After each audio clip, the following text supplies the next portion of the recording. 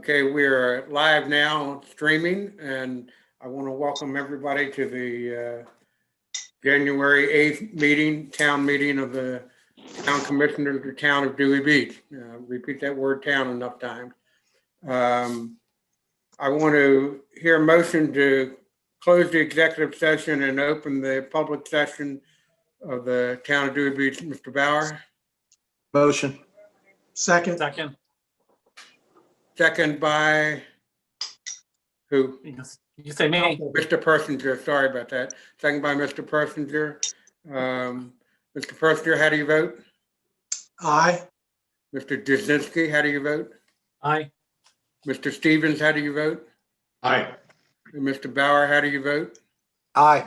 And I, as mayor commissioner, vote aye also. That's unanimous. We're now in open public meeting. Let's stand for the Pledge of Allegiance, please. I pledge allegiance to the flag of the United States of America and to the republic for which it stands, one nation, under God, indivisible, with liberty and justice for all. Thank you.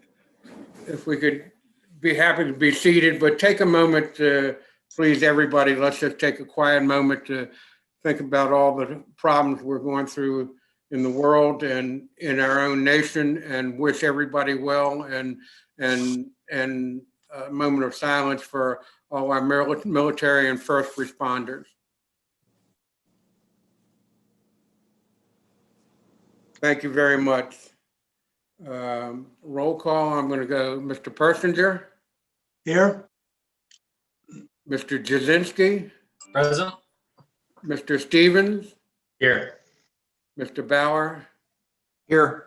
and we also have online our town manager, Mr. Dedes, and our town attorney, Mr. Townsend, and our town clerk, Ashley.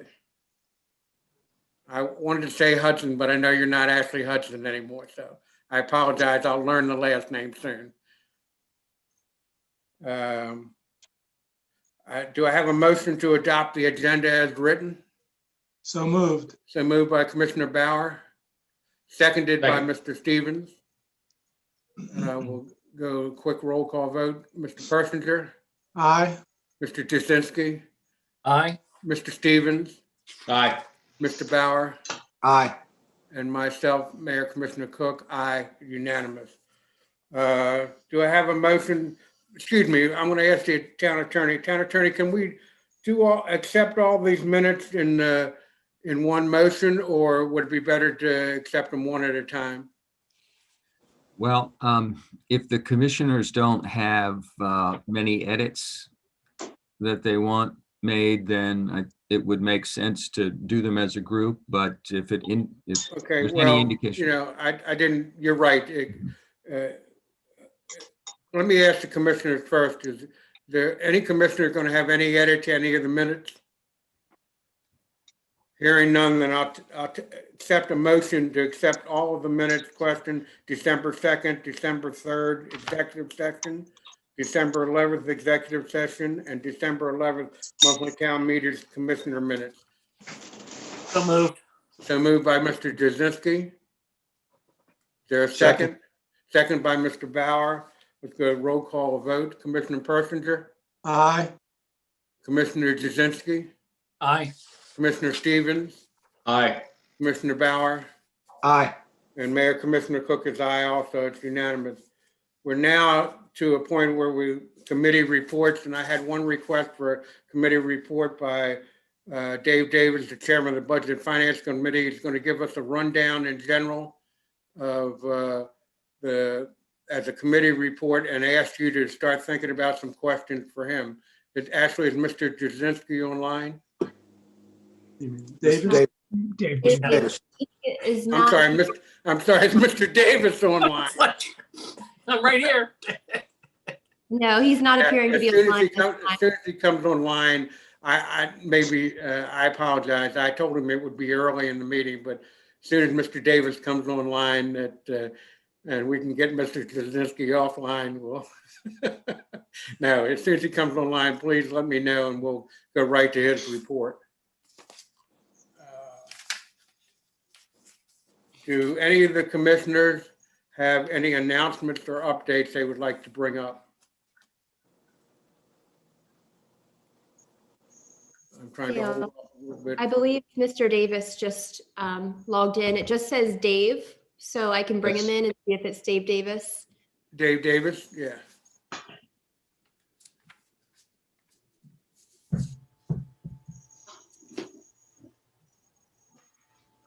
There he is. Mr. Davis. Mr. Davis, do you hear us now? I can. Hello, folks. How are you? Yes. Thank you, Mr. Davis. It's very nice of you to give us a report. I apologize making it at last minute last night talking to you, but go right ahead, start your report. They understand also that you will have some requests of the commissioners later on. If it's Dave Davis. Sorry. Sorry for just, there we go. Sorry, I hadn't paused the YouTube channel. Good morning or good afternoon, everybody. The Budget and Finance meeting is scheduled for later this afternoon at 4 p.m. And we're obviously going to spend a lot of that time discussing the draft budget that Sheena and the other folks at Town Hall have been working on.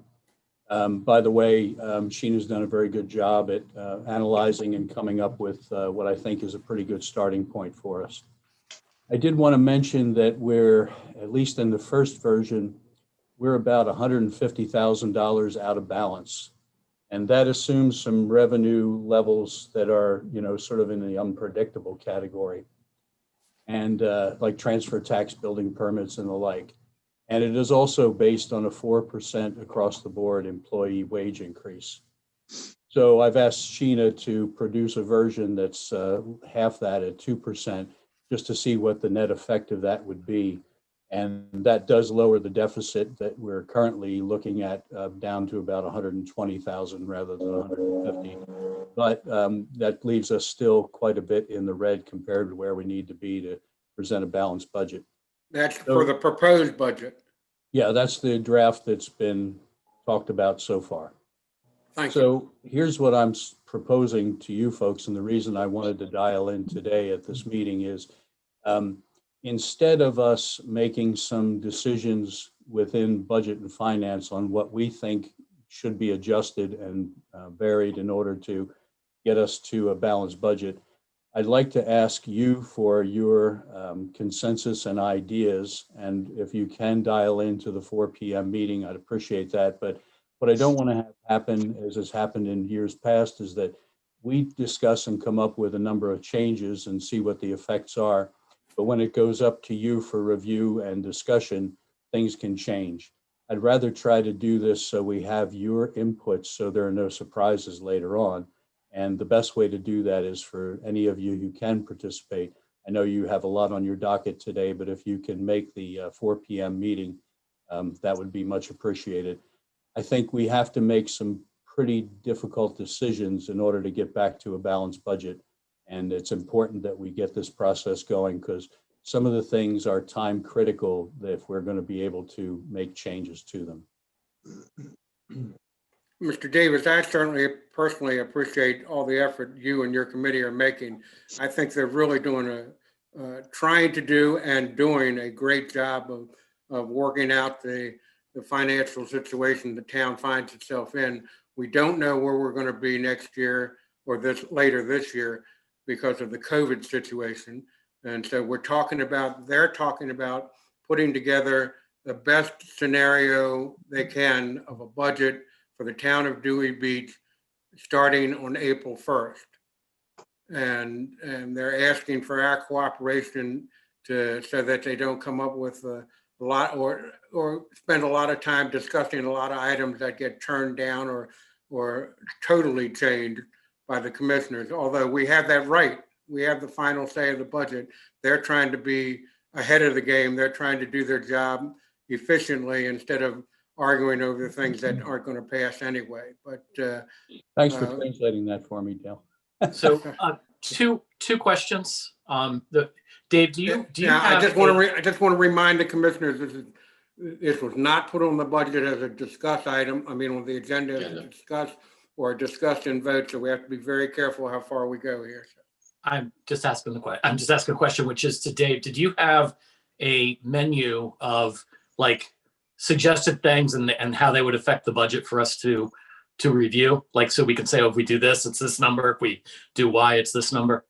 We're collecting that at this point, David. We're not quite there yet. We're trying, because some of them require some analysis that takes a bit of time to do, but I am putting that together. We won't have a complete list for today's meeting, but we'll have a starting point of those. Okay. And the only other thing I wanted to mention is I think we're kind of limited to only 2 commissioners there if we're actually going to provide any guidance to you in your meeting. I'll be there. No, I don't think that's true. If we provide guidance, it's true.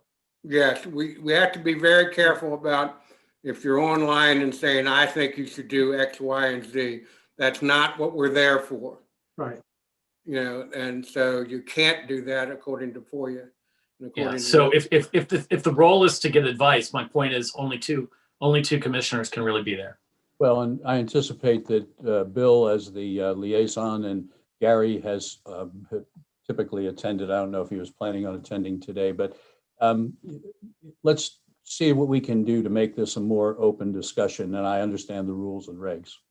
Okay. okay, and Mr. Townsend, there's no problem with the commissioners actually attending the meeting. We're allowed to, more than 2 are allowed to attend the meeting, but you have to be very careful about the questions you ask. You have to be very careful the way you ask them, and it's preferable if you just not ask questions. So, because you can get yourself in trouble. Is that correct, Mr. Townsend? Well, the idea is that since you've got a quorum present, that you haven't noticed that you're having a meeting of the commissioners. So if you limit your participation, then you are avoiding that FOIA concern. Yes. Right. Mr. Davis, go ahead. I'm sorry. That's all I wanted to say for today. Thank you very much. And again, I want to tell you how much I personally appreciate your effort and the effort of your entire committee. Thank you, folks. Take care. Mr. Persinger, excuse me. Dave. Well, I don't know, Dave, did Dave sign off? No, still there. He's here. Oh, I think, you know, the committee can make it clear to us, individual commissioners, what kinds of things they're looking for, and then we could provide input individually after the meeting. Is that not the case? That's correct. Okay, that would be okay. So it's a matter of the committee teeing things up for us so that we really have a good idea of what it is they need from us and what would be most helpful to them in making their decisions. Is that fair? That's correct. Mr. Bauer? Yeah, That's correct, Mr. Persinger. I'm sorry, I didn't mean to cut you No, short. that's all I wanted to say. Mr. Bauer? hey, Dave, for us, I mean, is there any, you know, if you're preparing next year's budget, I mean, we want to make sure we do as well as we did this year. Thank God for the transfer tax. But there were some revenue streams that were off this year. Are you looking for anything from us to help you with some of those numbers? I mean, we're looking to adjust those down. I don't know if there's any feedback we can give you publicly before your meeting. I don't know. It's probably something we don't want to try to open that door at this Right. point in the time in the meeting, but we will discuss those in the meeting at 4 today, and we'll follow up, as Gary suggested. In order not to breach FOIA, we'll do this the right way, but you know, we do need that input. It's important to us before we go down a road and can't you know, find out that it's not feasible to do. All right. Okay. Thank you very much for I don't know if there's any feedback we could give you ahead of time, but we'll wait till 4. Yeah, even with that, you want more too much feedback that is indicating your vote or your agreement or disagreement. Yeah, that, like Mr. Persinger suggested, once we get a list of items from the committee that they're concerned about, you could individually email the committee, email the as long as you don't also email the other commissioners. Right. Okay. One Thanks, on one. folks. We'll be talking about this at 4, and we'll keep you abreast of the things that we think are in need of your discussion. Thanks, Thank you. Dave. Yeah. Thank you, Dave. All right, thank you. All right, Mr. Townsend, your speaker. Do I have to ask for a motion to open the public hearing, or do we just move to open the public hearing? We have public comment still on the Oh, agenda. I'm sorry, that's correct. But And I'm then- asking about the public hearing. Do we have to have a motion for that? I don't believe so. I think Okay. you can Then declare, we're going to public comment. Ashley, is there people waiting for public comment for right now? Mr. Townsend, I'm sorry. yeah, and that the public comment is, this is not your opportunity to participate in the public hearing that's about to be. This is That's right. They public can- comment unrelated to that. They can make public comment about anything they want to comment about, but we will have public comment in the hearing. That's right. So this is not the hearing public comment. Mhm. Ashley, is there people waiting? I sent a message to everyone in the waiting room asking them to, if they were there for public comment or for public hearing. I've not gotten any responses.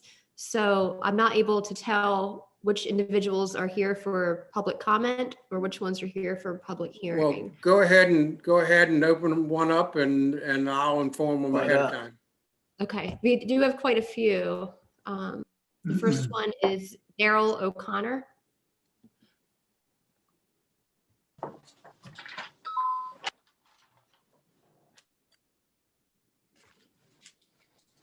Mr. O'Connor?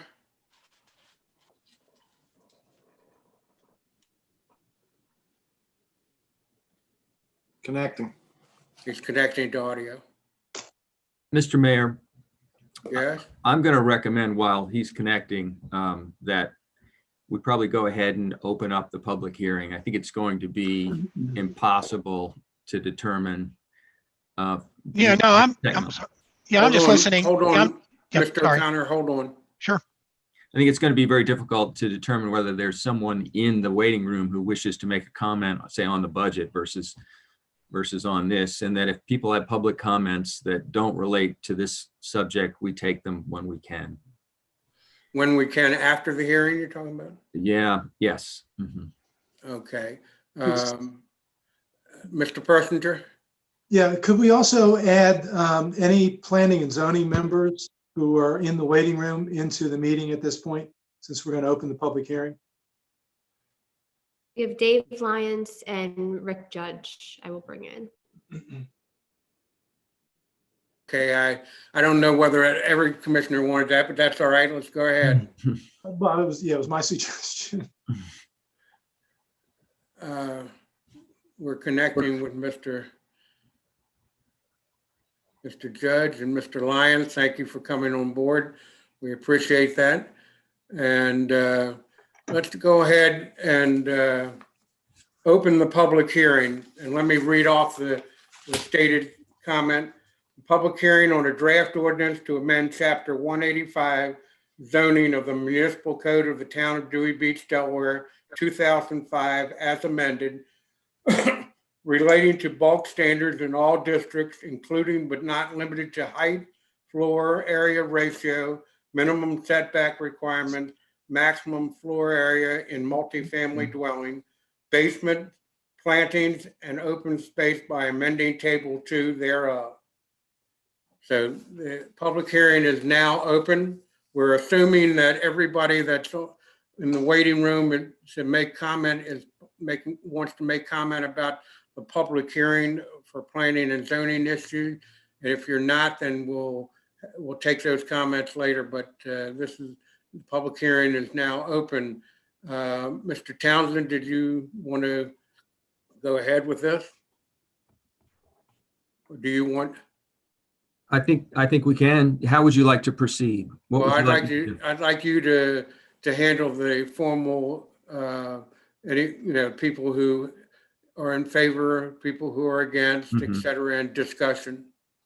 Okay, well, I'll make an announcement that this is a public hearing in which the input of the public is requested for the purpose of the commissioner's consideration of this proposed ordinance amending the zoning code in various respects. I believe the public is invited to make comments, and there is a time limitation of, correct me if I'm wrong, 3 minutes Yes, sir. for commenters. That's correct. I don't know that we need to differentiate between those who are in favor and those who are against necessarily. I think it's just going to add a layer of complexity to getting people on, and what we might find is more likely people may be in favor of certain of the provisions and opposed to others. Well, that leaves an open question to the commissioners before we get deeply into this. The process for doing this, are we going to discuss item by item and then vote after the entire hearing is over with on the overall group of items, or a vote on each particular item? Mr. Townsend, your thoughts? Well, that's going to be up to the group. If the group feels that they can support certain of the provisions and not others, we're going to have to address them on a case-by-case basis with motions. Gotcha. Okay. Thank you. Go ahead, Mr. Townsend. Maybe me, are you recognizing me? Mr. Phil? Jazinski, go ahead, sir. Okay, sorry, I just didn't know if you were recognizing me. What I would suggest is we listen to all the public comment on the proposal or elements of it, pro or con. Once we close the public hearing, I think we should have some discussion, and then we could potentially motion to, either approve it as is or approve it amended. If there are a lot of changes, we may have to motion to chunk it out more. But I think that'll become clear after we hear the public comment and have a discussion which way to go about doing it process-wise. Well, I was just asking if you had a comment now about how you wanted to do it.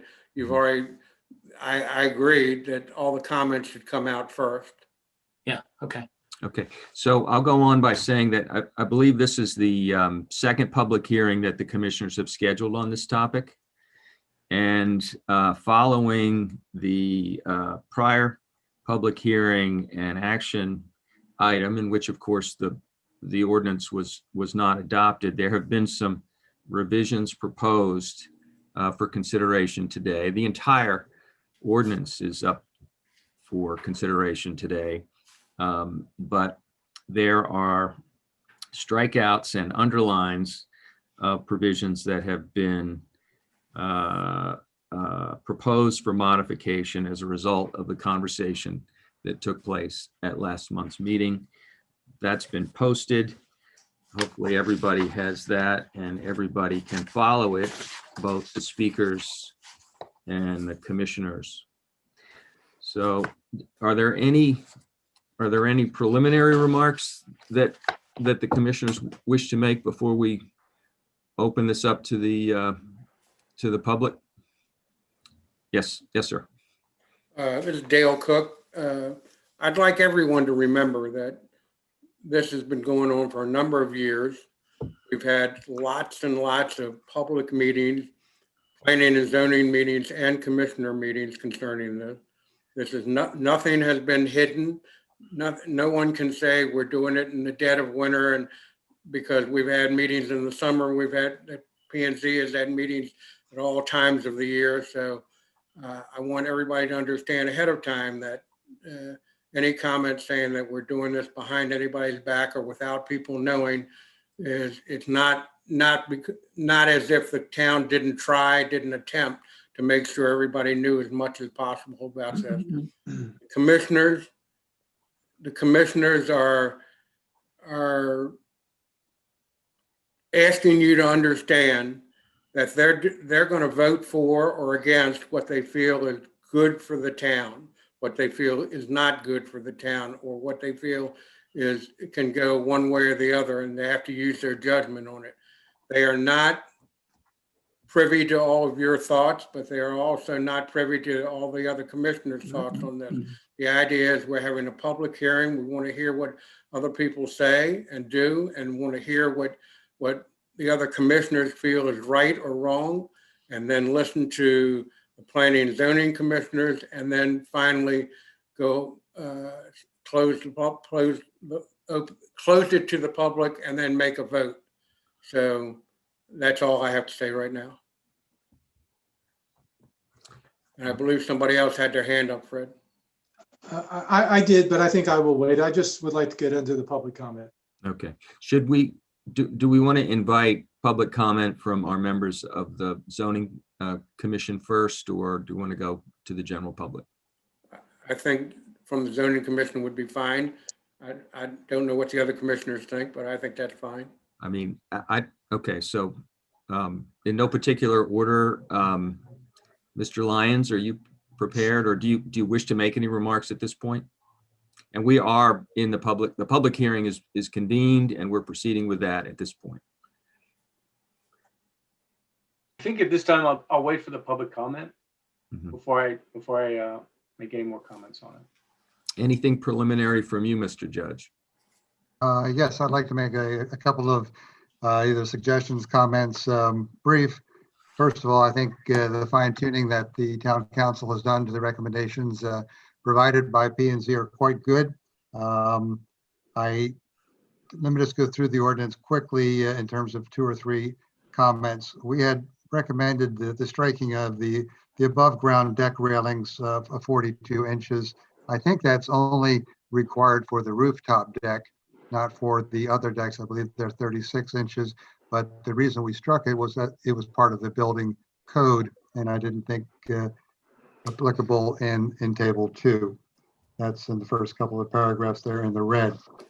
Under the maximum, section 4, under the maximum building size and bedrooms, we have in blue or floor area ratio. And I thought we had struck floor area ratio from table 2 because we were no longer using that, and may be confusing to have that included as part of the ordinance. We also, as a goal, tried to make the calculations between districts consistent. And I think it's a great idea to keep the square footage in the NR normal lots of under 7,500 at the 4,000 and give an allowance of a garage of 500 square feet. That's a very good compromise in terms of encouraging garages, but not taking away from the size of your living condition space. That said, for lots of 7,500 square feet and greater, for some reason, garages are not excluded or not given a 500 square foot allowance. The same in the RR and the same in the RB3. Just a suggestion, I thought the calculation should be consistent. Why not encourage garages in all districts and give them all an allowance of 500 square feet? And just a matter of house cleaning under the section for the enclosed or at least one side porches, decks, areas that will not be included. Is a screen porch an open porch, or is that something we need a definition on? Just a comment, it's confusing as to what a porch is. And if it's a screen porch, is it still an open porch? I think that needs to be clarified. I also think I'm not sure we have a definition for attic space, but if you're going to exclude attic space because it's got a temporary staircase, I think that opens a door to putting in a full-time staircase in the aftermath. If there's room to be used in the attic, and if the attic is usable as living area, then I don't think it should be excluded. And those are all my comments. Thank you. Thank you. So with that, I guess we'll ask for we'll ask for our town clerk to invite the public to be recognized. First person we have is Jay Marowitz. Excuse me.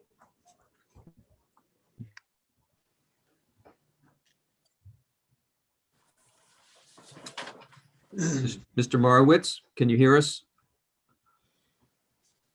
We'll ask for our town clerk to invite the public to be recognized. First person we have is Jay Marowitz. I clicked something by mistake. I really don't have a comment now. I've submitted all my comments on via email. Mr. Marowitz, can you hear us? Yes. All right. Wait. Very good. Okay, so that raises a good point. I mean, for the rest of us for the rest of the public that are following, you're going to be in order to participate in a meaningful way, you're going to need to do what? Is it pause the YouTube broadcast? Is that the terminology? So we don't have the back and forth between the sound. And secondly, we ought to make apparently we have received some email comments on this as well, and they need to be made part of the public record. I have not seen those, so we need to make an effort to incorporate them into the public record. At this point, we'll go to the next participant. The next we have, it just says Nancy.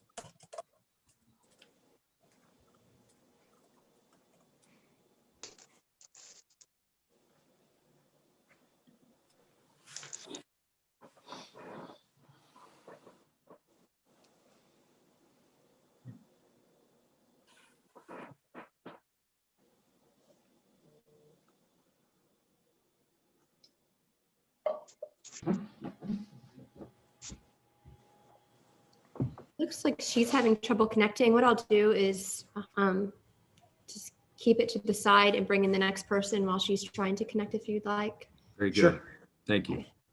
The next person is Pat D.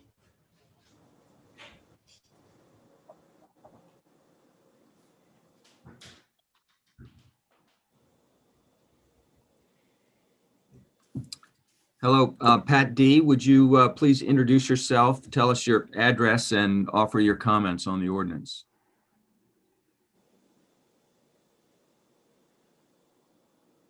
Hi, I'm Pat D. I just bought a house at 18 Chesapeake.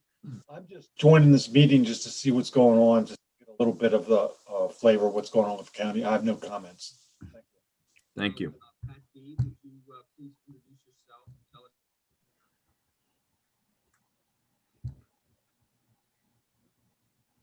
The next person is Vincent Thomas. I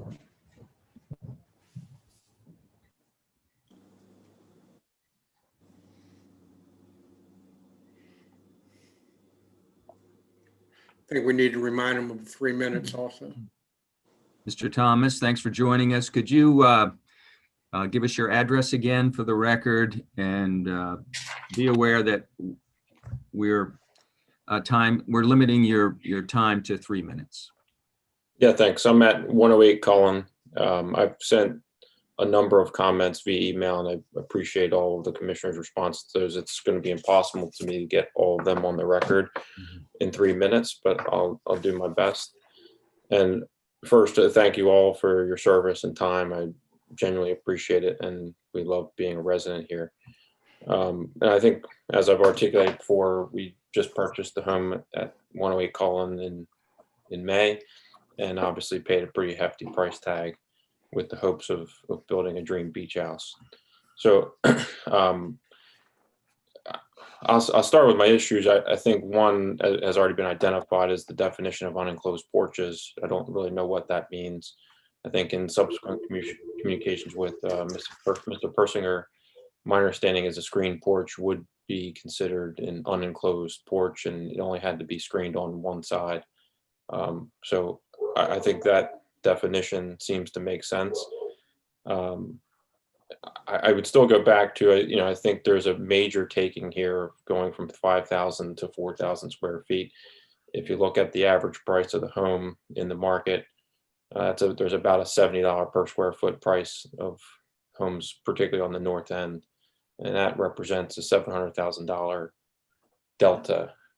So I think that's major. I think there should be some victories for those that want to put a nice home in. And I would allude to, I think the 2.5 stories that the planning and zoning recommended go to 3. I think that should be considered and go back to 3. And I say that for a few reasons. I had made the point at prior hearings that promotion of garages seemed to make sense, particularly given the parking issues in town. And I certainly would intend to build a garage.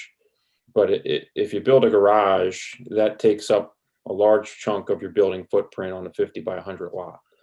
And it virtually makes using the rest of that floor for living space not very easy. But I think you should be able to have a porch and a powder room, a mechanical room, things on the first floor without it being considered. And, based upon talking to other folks, I think that there's been some inconsistent application with 2.5 stories over time. And maybe that's a historic issue, not a recent issue. But nonetheless, that's the law. There's folks that have bedrooms on the first floor and still have 3 stories.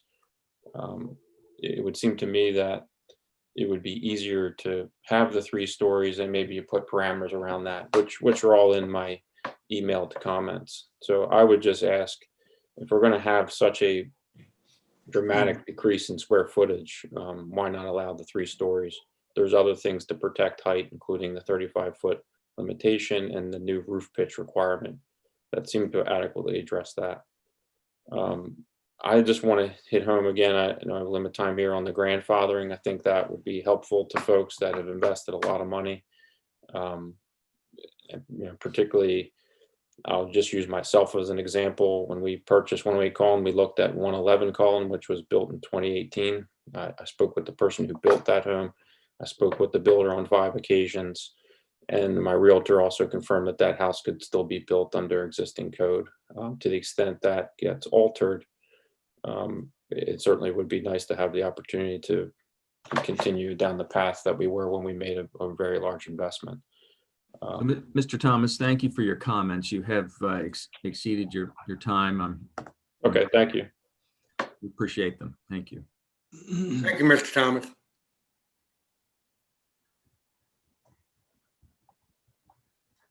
Next, we have Stephen Bardsick.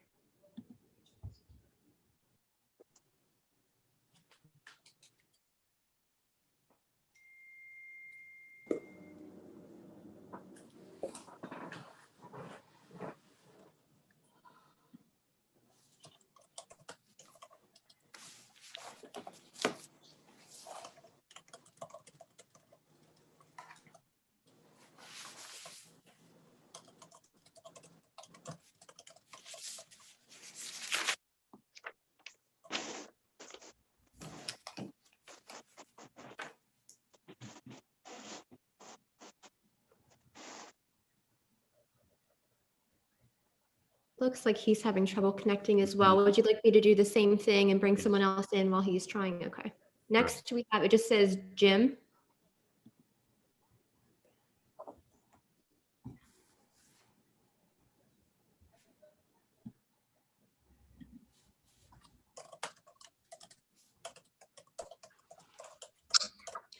Hello, Jim. Could you give us your name and address for the record, please? Yes, this is Jim Emmons. We own 17 West Street and 18 Chicago. All right, Mr. Emmons, you have the floor. Well, first of all, thank you everyone for your time. I guess I would comment that we're learning every single one of these meetings. They're using 2 platforms. Makes this very difficult, but I'm sure that everyone realizes that. It sure would be nice to have a real meeting before these kinds of decisions were made, but I understand that it's been going a long time and that it may be time to decide, but this is challenging. I experienced that last time, and I think that on the whole, I agree with Vincent. And I sent comments in, and I did get from Mr. Stevens an acknowledgement that they were received. Fred, I did not copy you.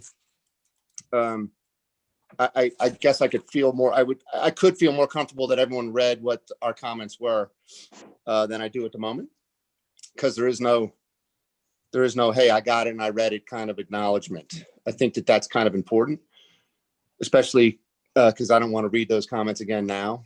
The one point I want to make now, and Vincent touched on it. I've always had a problem with the 2.5 story idea because I think it creates an incentive to build on the ground floor. and owning 2 ocean block properties, I just don't think that makes sense. I realize we're not in the FEMA flood zone, but in my note, I commented, we're awfully close. And, there was a storm in the 60s where, waves were breaking over the dunes and running down West Street. We know that to be a fact.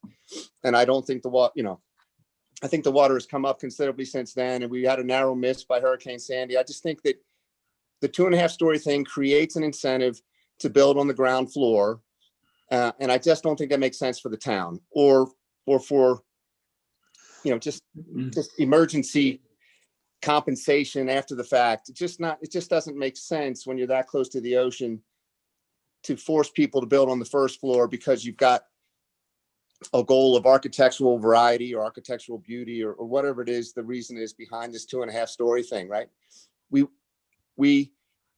I personally liked where we were at 4,500. Don't count garages, don't count decks, don't count elevator shafts and that sort of thing. Give it 3 full stories, and then look at the plans that people submit. The town could discuss it with the bill. We've invested a lot of money and we're happy to have a conversation about it. I don't know that it has to be legislated.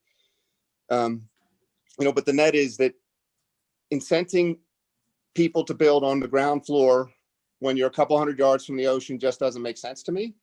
And I don't know why we put that back in because we were at 3 floors. Honestly, the first call I joined when we were 4,500 with three stories and it didn't count garages and decks and all the other stuff, we were great. And then suddenly it got to 4,000 and it hurts all of us, right? I mean, if those of you can just walk up, I don't like the bedroom number either, but look, the house next to me on West Street has, I think, 7 bedrooms, and the house next to that is more than 5,000 square feet. The house next to me on Chicago is more than 5,000 square feet, and you're basically, telling me I can't build what my next door neighbor has already built. I have heartburn with that. Mr. Ammons, could you sum up, please? Could you sum up? Yeah. Well, look, the point I have to make here is that I would like to go back to the 3 stories, and I would very much appreciate that you all read the comments that Dawn and I have sent in, both the most recent ones and the ones prior. And, appreciate the fact that we've made a huge investment here under certain expectations, and we'd like you to kind of work with us, not against us. Thank you. Thank you, Mr. Ammons. It looks like Mr. Bardzik is with us. Yes, that's right. Would you give us an address for yourself and go ahead and commence your comments?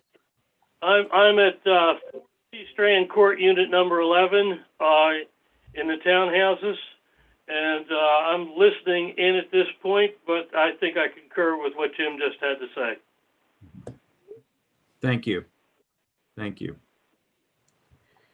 Mr. Bardzik, had you sent an email in by chance? No, I have not. All right.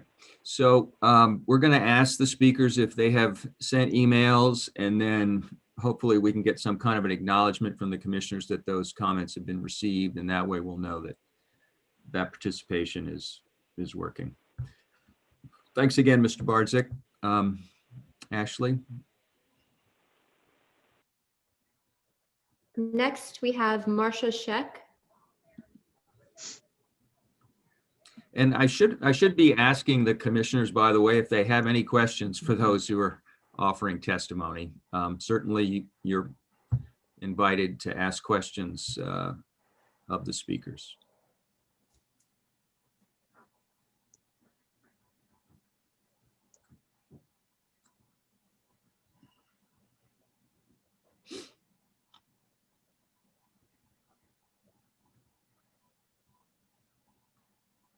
We're waiting for Marcia to speak. Yeah, she's connecting to audio right now. Okay, I didn't see that. Marcia has no problem in giving her opinion, and I think she's done very well.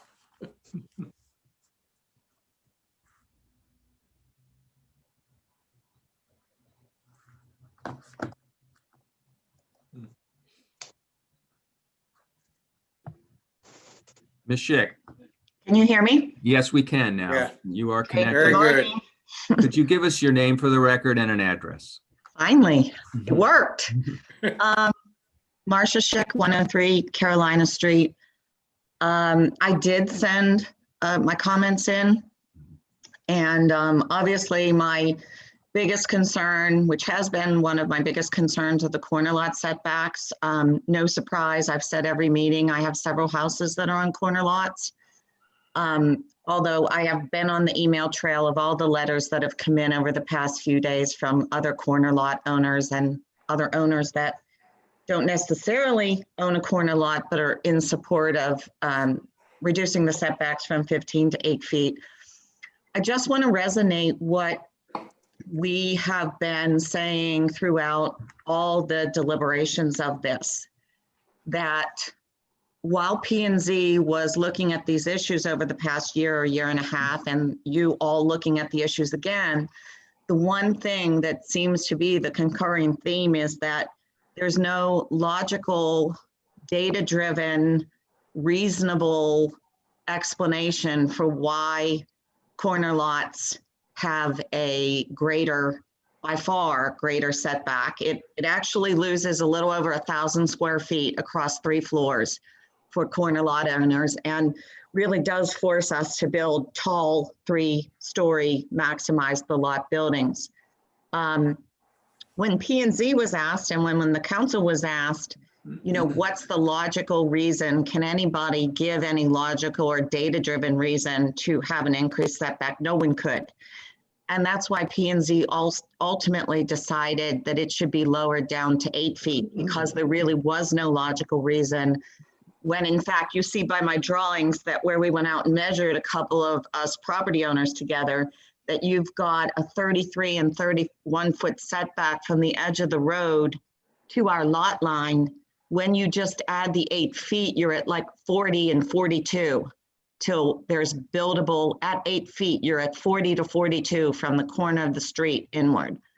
And so I just really want to encourage you. And I said one of the things I heard at the last hearing was one of the commissioners said, it just doesn't feel good to go from 15 to 8, but it shouldn't be about feelings. It should be about data. And I think we've worked really hard on the north end, a lot of us who feel like this should go down and there should be fairness amongst all the lots when there is no data-driven reason to have the corner lots any different. There's not a safety reason.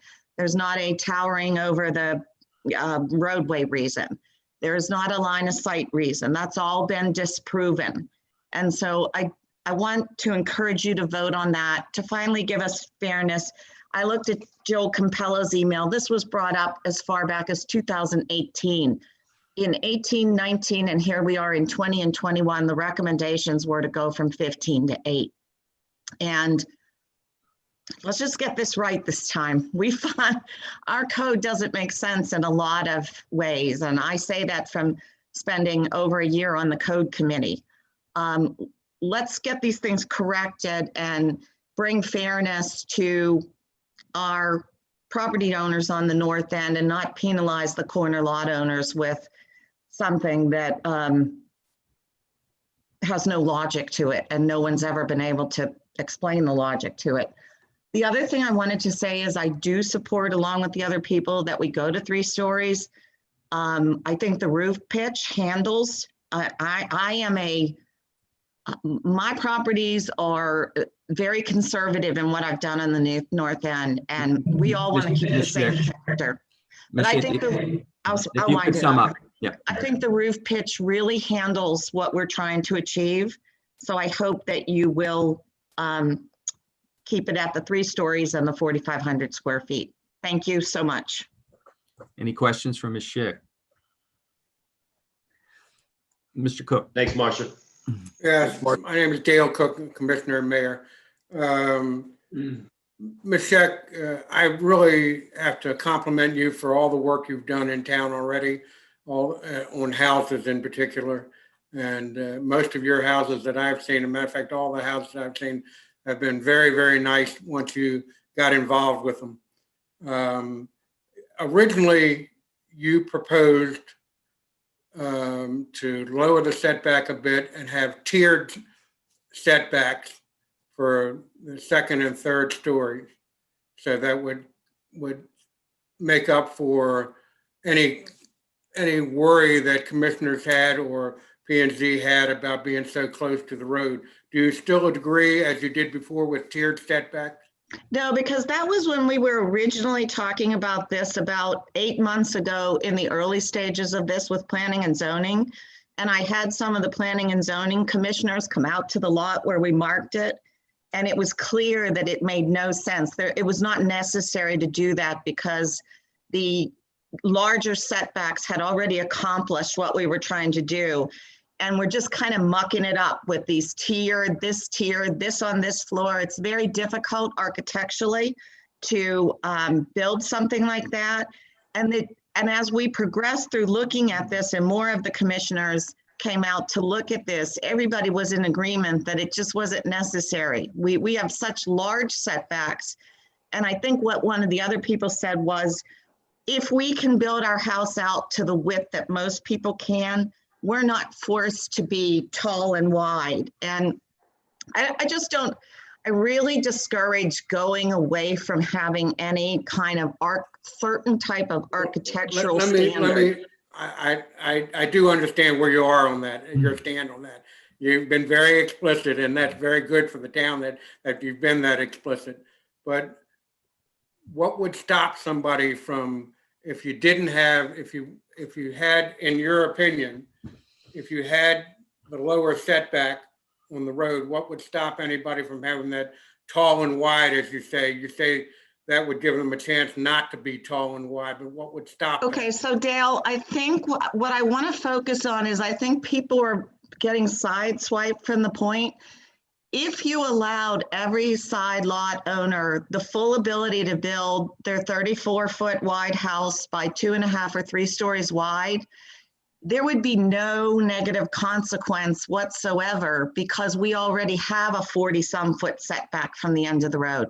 It would look no different. You would notice nothing different. And that's what I'm trying to really get people focused on, is that it makes no sense to apply any other standard except the 8 feet, because we are a town, not Bethany, not Rehoboth, not Lewis. None of those have a setback generally of more than 8 from the side of the road. We have 40. So it really doesn't matter. If my neighbor wants to build the 3 stories or 2.5, you're not going to notice anything different than the lot next to me. There's no necessity to have that. I understand what you're saying. But, a lot of this was originated years ago because people were building large square houses with flat roofs. Of course, that's been somewhat taken care of by the pitch of the roof, et cetera, that's required. Mhm. But I'm trying to understand more. I'm trying to understand your thoughts on things, but you have evolved and I have evolved. So I appreciate your comments. Thank you. Thanks for asking. Thank you, Ms. Scheck. All right, who's next? Next, we have Beth.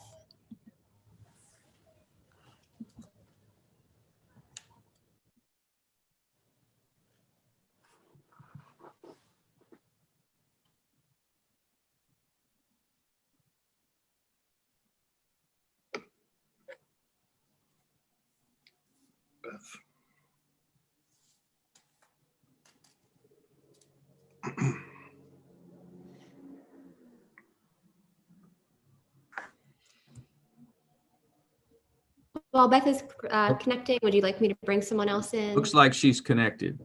Oh, okay. Beth, are you with us? I am, but I'm having trouble getting the audio to go off my regular computer. So just bear with me a second. Oh no, this is so hard. We're hearing you perfectly well. We hear you, but we don't see you. Perfect. I didn't want you to see me. All right, so Beth, would you give us your full name and address, please? Sure. My name is Beth Caruso, and I'm from Rehoboth by the Sea.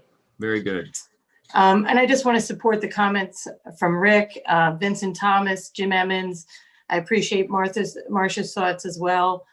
You know, we appreciate the work of the commissioners. Clearly, a lot of work has gone into this, and we're very grateful.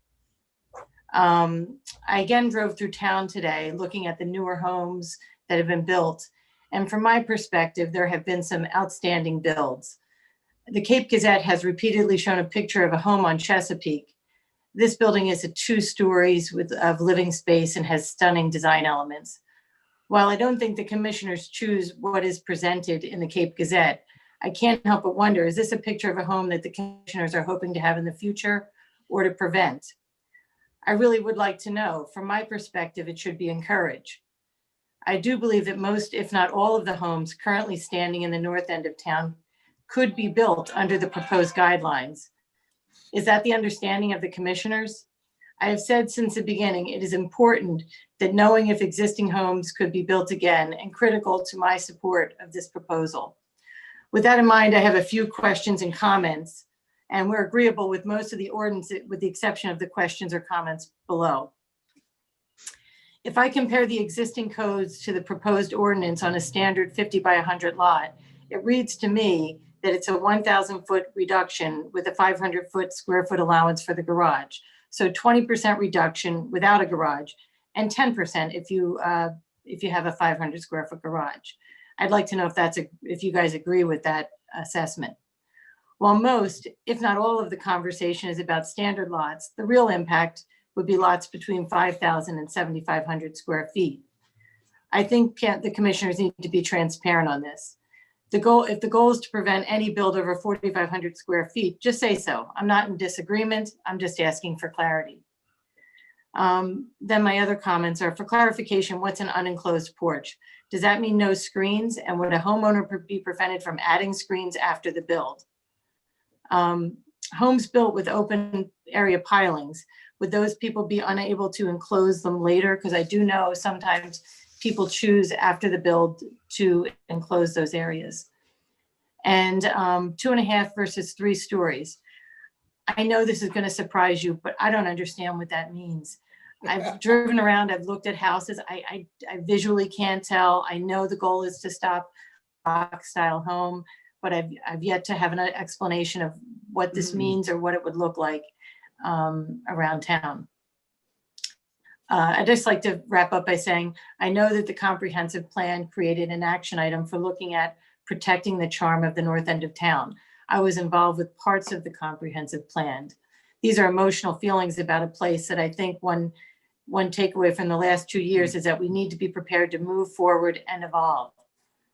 I just want to summarize with the questions I'm hoping you answer. Respond to if the recently built homes would be able to be rebuilt. Respond if the repeatedly photographed home on Chesapeake is intended to be a goal, something to be avoided. Respond to if the change in 20% reduction without a garage and 10% if you put a garage is what this ordinance does.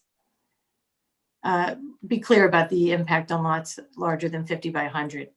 Define enclosed porches, define enclosing open areas around pilings post-build, and explain to 2.5 versus 3-story build.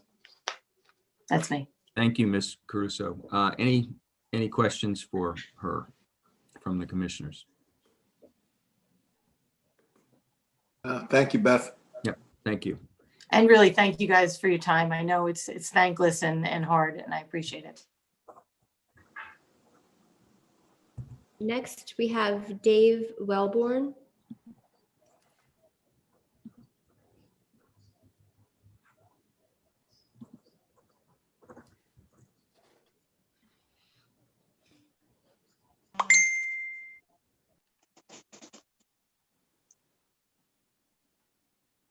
Mr. Wellborn, can you hear us?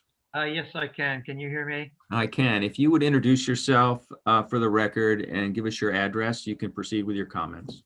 Yes, this is Dave Wellborn from 115 Carolina, and I have sent in some comments via email. There's just 2 comments that I'd like to reiterate. One is about the rooftop decks. If you do allow rooftop decks, I think there should be a limit on the size. And my only concern there is I think rooftop decks contribute to a lot of noise. And the other comment I have is about the basements. I understand that they can't be finished basements, But once the basement's in place, there's really no way for the town to know whether it's finished later on or not. And I've seen situations where, a bunch of bunk beds have been thrown in the basement and it really becomes quite the crowd.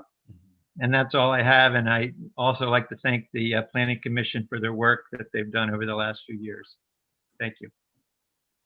Thank you, Mr. Thank you, Wellborn. Mr. Wellborn. Thank Mr. you. Wellborn. Yeah. Any questions for Dave?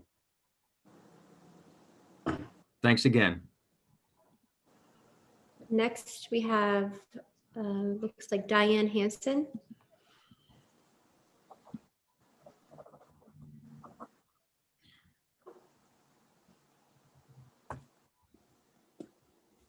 Ms. Hanson, it looks like you are Turn your connected, mic on. but you are right. If you could unmute yourself.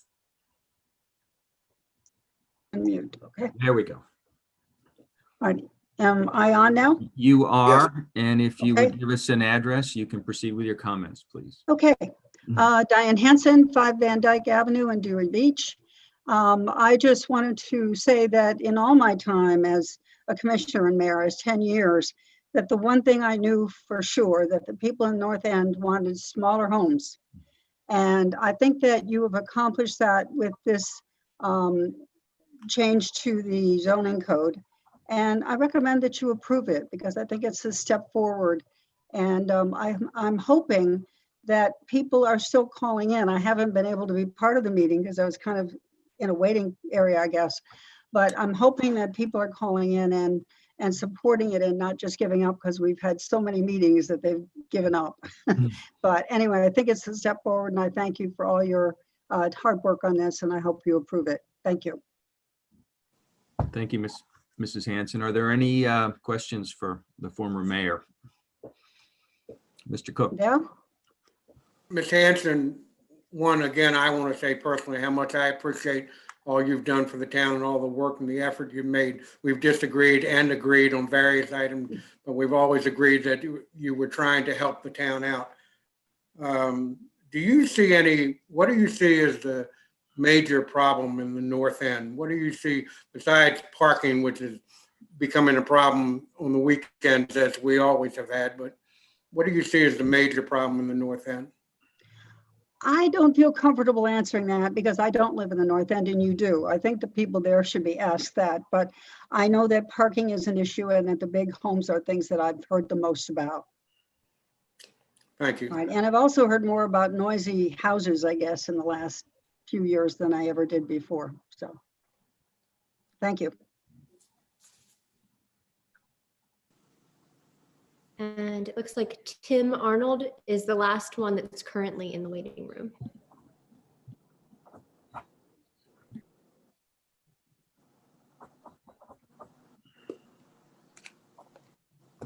Mr. Arnold, can you hear me? I can, yes. Can you hear me? I can. So if you would introduce yourself and give us an address, you can proceed with your comments. Sure. My name's Tim Arnold. The address is 207 Jersey. And this past summer was my 20th year in Dewey Beach. Wow. Thank you for being here. Yes, thank you. Thanks. I don't have my camera on because I got up this morning and I immediately had like 7 work emails I had to address, so I never got a chance to shower. Well, you have 3 minutes. Okay, just real quickly, I really appreciate all the hard work you're doing in addressing these issues. Sometimes in our part of town, you know, our situation's a little bit unique and we feel oftentimes that we get maybe slipping through the cracks, especially me because I'm on the second beach block. So our road isn't even paved. So we're kind of on the edge of Dewey there. But I really appreciate all your hard work and I support some of the changes that are being made. For me, we really enjoy our trees and we also use our backyard a great deal. And actually our neighbors on all 3 sides use their backyards a great deal.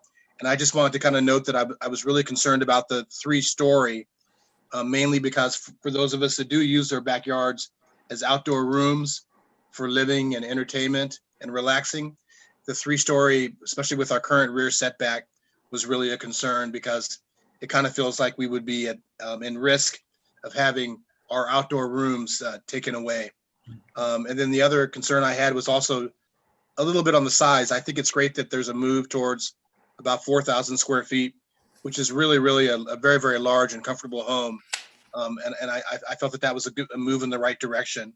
And then my other concern was, I was really happy to see the note about the roof slope rules being in place, and especially that there's a change at the first floor, because of course the most common predominant style of house in the neighborhood, Rehoboth by the Sea, is the beach house style, and a big key part of that configuration is the slight slope of the two wings on the first floor. All in all, I just wanted to comment that I think it's really important to realize, although for some people the square footage is a huge issue, for others, exterior space and exterior square footage is also an important issue.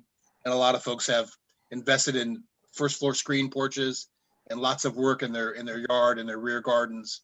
And it really is highly impacted if you have structures surrounding you that are so much more significantly taller, especially since it's getting so common now for a lot of folks to do a reverse plan and put their living spaces on the topmost floor or the upper floors.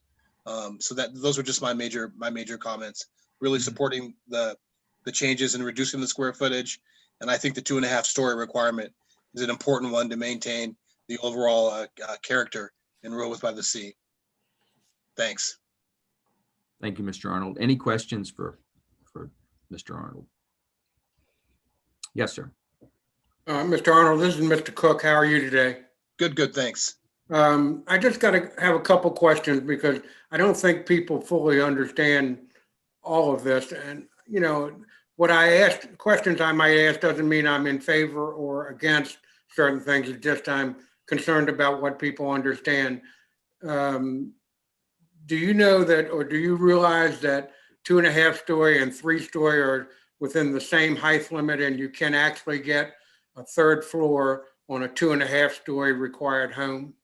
Yes, I do understand that. I do understand that the half story, as I understand it, it means that the whole of the third story cannot be the full square footage of the floor below.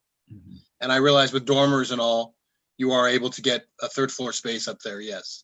Yeah, I just changing the setbacks. You haven't asked about this, but it brought it to mind for me. Changing the setbacks on corner lots does not necessarily give extra square footage to a house.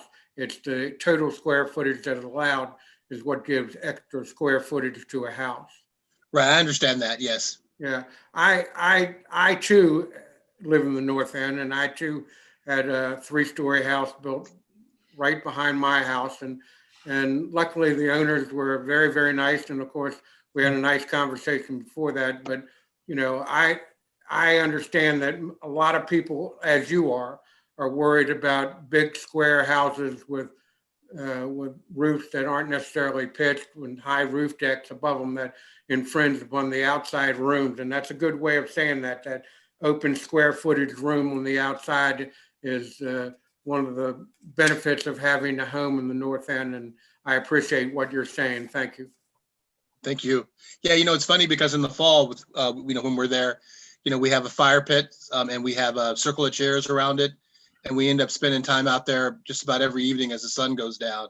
And then, of course, sometimes when we have friends over that have kids, we have a ping pong table out there.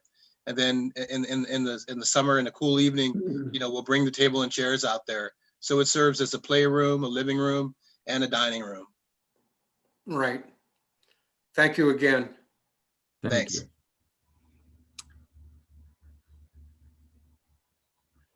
Looks like Lynn Shoup has joined. Okay.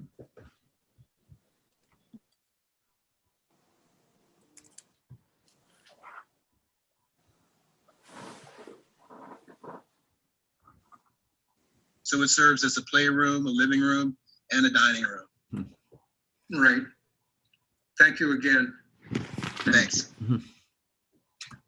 Ms. Shoup, if you could pause the YouTube broadcast. Looks like Lynn Shoup.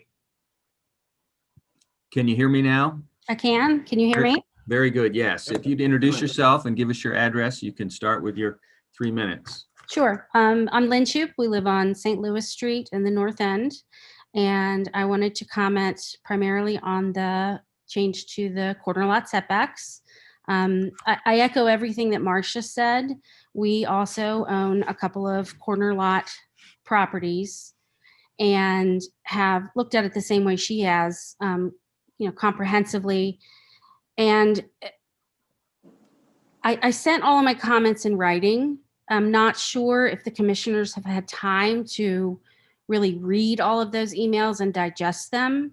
But with respect, and again, I'm only speaking to corner lot setbacks.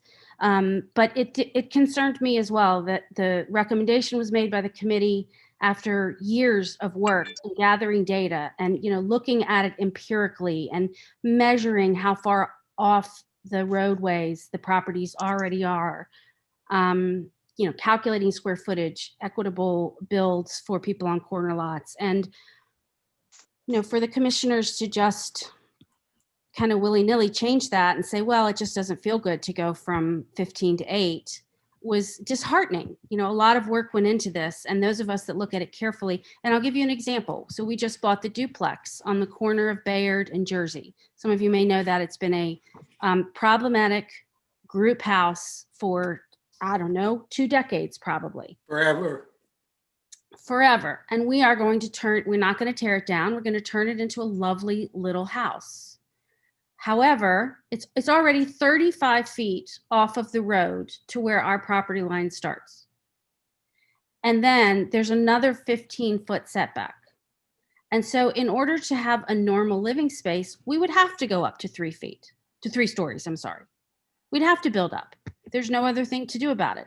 But if we could get 5 more feet on the side of setback, we'd have room to make it a nice 2-story house the way it is now. And so again, I encourage you to rely on the recommendations of the committee that you empowered to do this research over the last couple of years. I saw the chart on the website says that the changes that were made by the commissioners to the recommendations, or I guess they call it adjustments, were based on public input. And that's just not the case for the corner lot setbacks. I mean, we know for a fact that over 3/4 of the responses were in favor of going from 15 to 8 feet. And so I'm not sure where that adjustment to the committee recommendation came from. But, I encourage you to rely on what Marcia said, that, they've done the research, they have the data. There's really no reason not to do it. And yeah, that's it. And thank you for all your hard work. Thank you, Ms. Shoup. Are there any questions for Ms. Shoup? Thanks, Lynn. Thanks. Thanks again. So I saw some heads nodding that her written comments, maybe emailed comments, were received by the commissioners. Is that right? Yes. Good. Okay. So that's everyone we have in the waiting room. Is that right? I have one more just joined Okay. as Lynn was getting off. It says Brooke and Luke.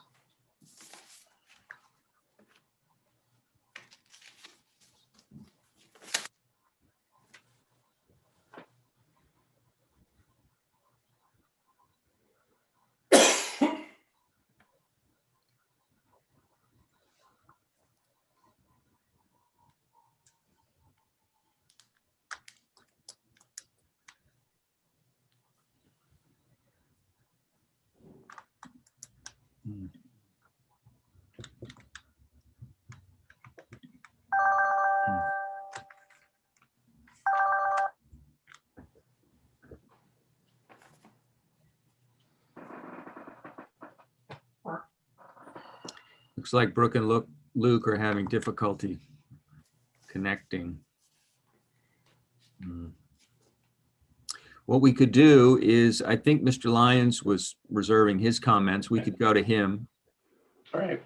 So thank you, Fred. So I just wanted to say first to the commissioners, thank you. I think you did a great job at taking what the Planning and Zoning Commission did and put some real good clarifications on it and really focused what we were attempting to do and really kind of cleaned up any places where there was corrections or needed to be clarification. So thank you. Two comments I wanted to just make. One in reference to the side yard setback. Part of the thinking there was if you take a look at what is in surrounding municipalities, our side yard setback, at least from the corner lots, is far greater than what's in the surrounding communities. So as you go through your deliberations here and finalize that, there was thought to moving down from 15 to 8, and I think there's several compromises in there. So I think we would want to consider that, but I do think there is something to be gleaned from what our fellow communities have done in terms of side yard setbacks on the corner lots. And the other is just on the three floors versus 2.5 stories. The concept there is to eliminate the towering houses leaning over or being right next to additional houses with an 8-foot setback or a 10-foot setback in the backyard. So if 3 feet or 2.5, one of the things that was considered in addition to the 4/12 roof was a square foot limitation on the size of the third floor. One of the things that RVE had mentioned was a suggestion of perhaps a 50% size standard on the third floor to help restrict it. That was kind of talked about, rejected, and really we kind of accepted the 4/12. So 2 things to just consider as you do your final deliberations, and thank you again. Any questions for Mr. Lyons? Yes. Mr. Cook? Mr. Lyons, just as I understood it, watching some of the meetings and listening to others' comments, that on the side yard setback, you originally had settled on 12 feet. And then somehow at one meeting, it jumped from 15 to 12 and from 12 to 8. And I understood that it was sort of a peace offering or a compromise thrown in for people who were very upset still with the 12. Can you explain what that logic behind it? Sure, I made the motion to do it, so I think I should speak to it. There are a number of factors here, right? Everything from the size of the houses to setbacks, to tiered setbacks at the time. And so realizing that it's impossible to please everyone with one ordinance that's going to satisfy everything, right? So as an offering here to try and gain acceptance for the proposal going forward, it was my thought, and it was consistent with what the other communities do, to reduce the corner yard setbacks to 8 feet in an effort to get concurrence on some of the other aspects that might be more limiting or considered limiting in the property. So, and I don't mean to corner you, I just, your P&Z report is what it is, but there was still quite a bit of give and take on the side yard setbacks on the corner lots. Is that right? That's right. And I would also say that those that have corner lots are obviously in favor of reduced setbacks. There was a lot of feedback from other folks that were not corner lot owners that didn't want to make the change, that didn't understand the need for the change and felt like there was no need. You have to go back to some of the original comments, and we all remember there was a very heated meeting a couple of years ago where people were dead set against it. So this has been going on for a while, so I think we need to put it to bed. But there was a lot of comment against making a change on 15 as well. So there is a compromise here, whether it's 8, whether it's 10. But I think there should be some kind of change made for those corner lot owners. Thank you very much. You answered my question. All right, thank you. Anyone else with questions for Mr. Lyons? Mr. Bauer? Yeah. What was the thinking of going from 4,500 to 4,000 square feet? Sure. So if you take a look at the recommendations from RVE originally, right? RVE originally recommended between 3,500 and 4,000 square feet. for the sake of the people that are watching, could you explain who RVE is? Sure. RVE was an outside consultant that the town originally hired to do some consulting. They were given a charter of basically making recommendations about how the FAR could be simplified, how we could simplify the town code, and in keeping with the comprehensive plan, what recommendations would be made to our zoning code to achieve those two goals. So RVE made some recommendations to the Planning and Zoning Commission, which we reviewed. We accepted some, we rejected some, but they were the ones who kind of, and if you say they're if you had gone by RVE, they would have said 3,500 square feet at the low end and 4,000 at the upper end. So I believe 4,000 is a fair compromise, and I think there were a lot of good concerns made about people living year round that wanted the garage, and so I think the 500-foot allowance, 500 square foot allowance for those garages is a good compromise to kind of address that as well. Does that answer your question, Mr. Bauer? Yes, sir. Oh, sorry. Yeah, no, the second part is to count the square footage of the garage as well. Because it looks like we're, today someone can build a 5,000 square foot house.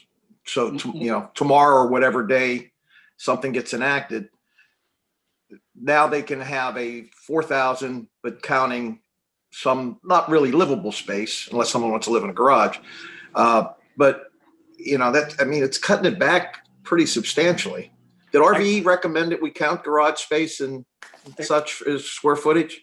Actually, just so you're clear, Mr. Bauer, you could actually go, and Rick, check me if I'm wrong here, but I think you could actually build as much as 5,500 because a garage doesn't count today in the square footage allotment. So you could actually go as high as 5,500 square feet today. Wow. The size of the house. Can I So, make a comment in there, please? sure. Originally, RVE, the engineers, recommended a square footage between 4,000 and 5,000 square feet. And then they were provided some examples of homes, I believe 3 example homes, and saw them to be in the 3,000 to 3,500 square foot range, and changed their recommendation based on those samples to the 3,500 to 4,000. This was still kind of gray because they asked what was included or excluded after those calculations of 35 to 4 or 4 to 5. And when we put in originally at the 4,500, but that was inclusive of garages, then the final P&Z meeting, because of the change in recommendations from the engineers of 35 to 4,000, we agreed on a 4,000 max square footage.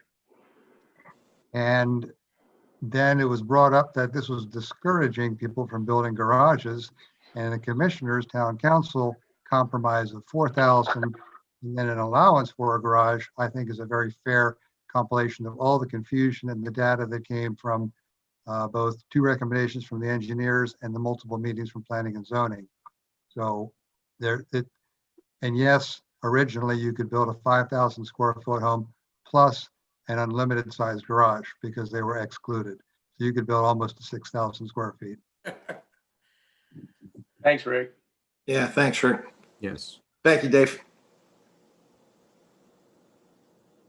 Any other questions? So we do have another gentleman, I believe it is, in the waiting room. Yes. It looks like Nick Kavaslis.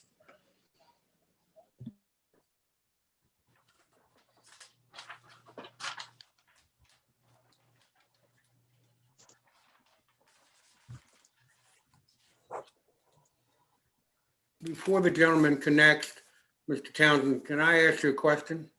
Certainly.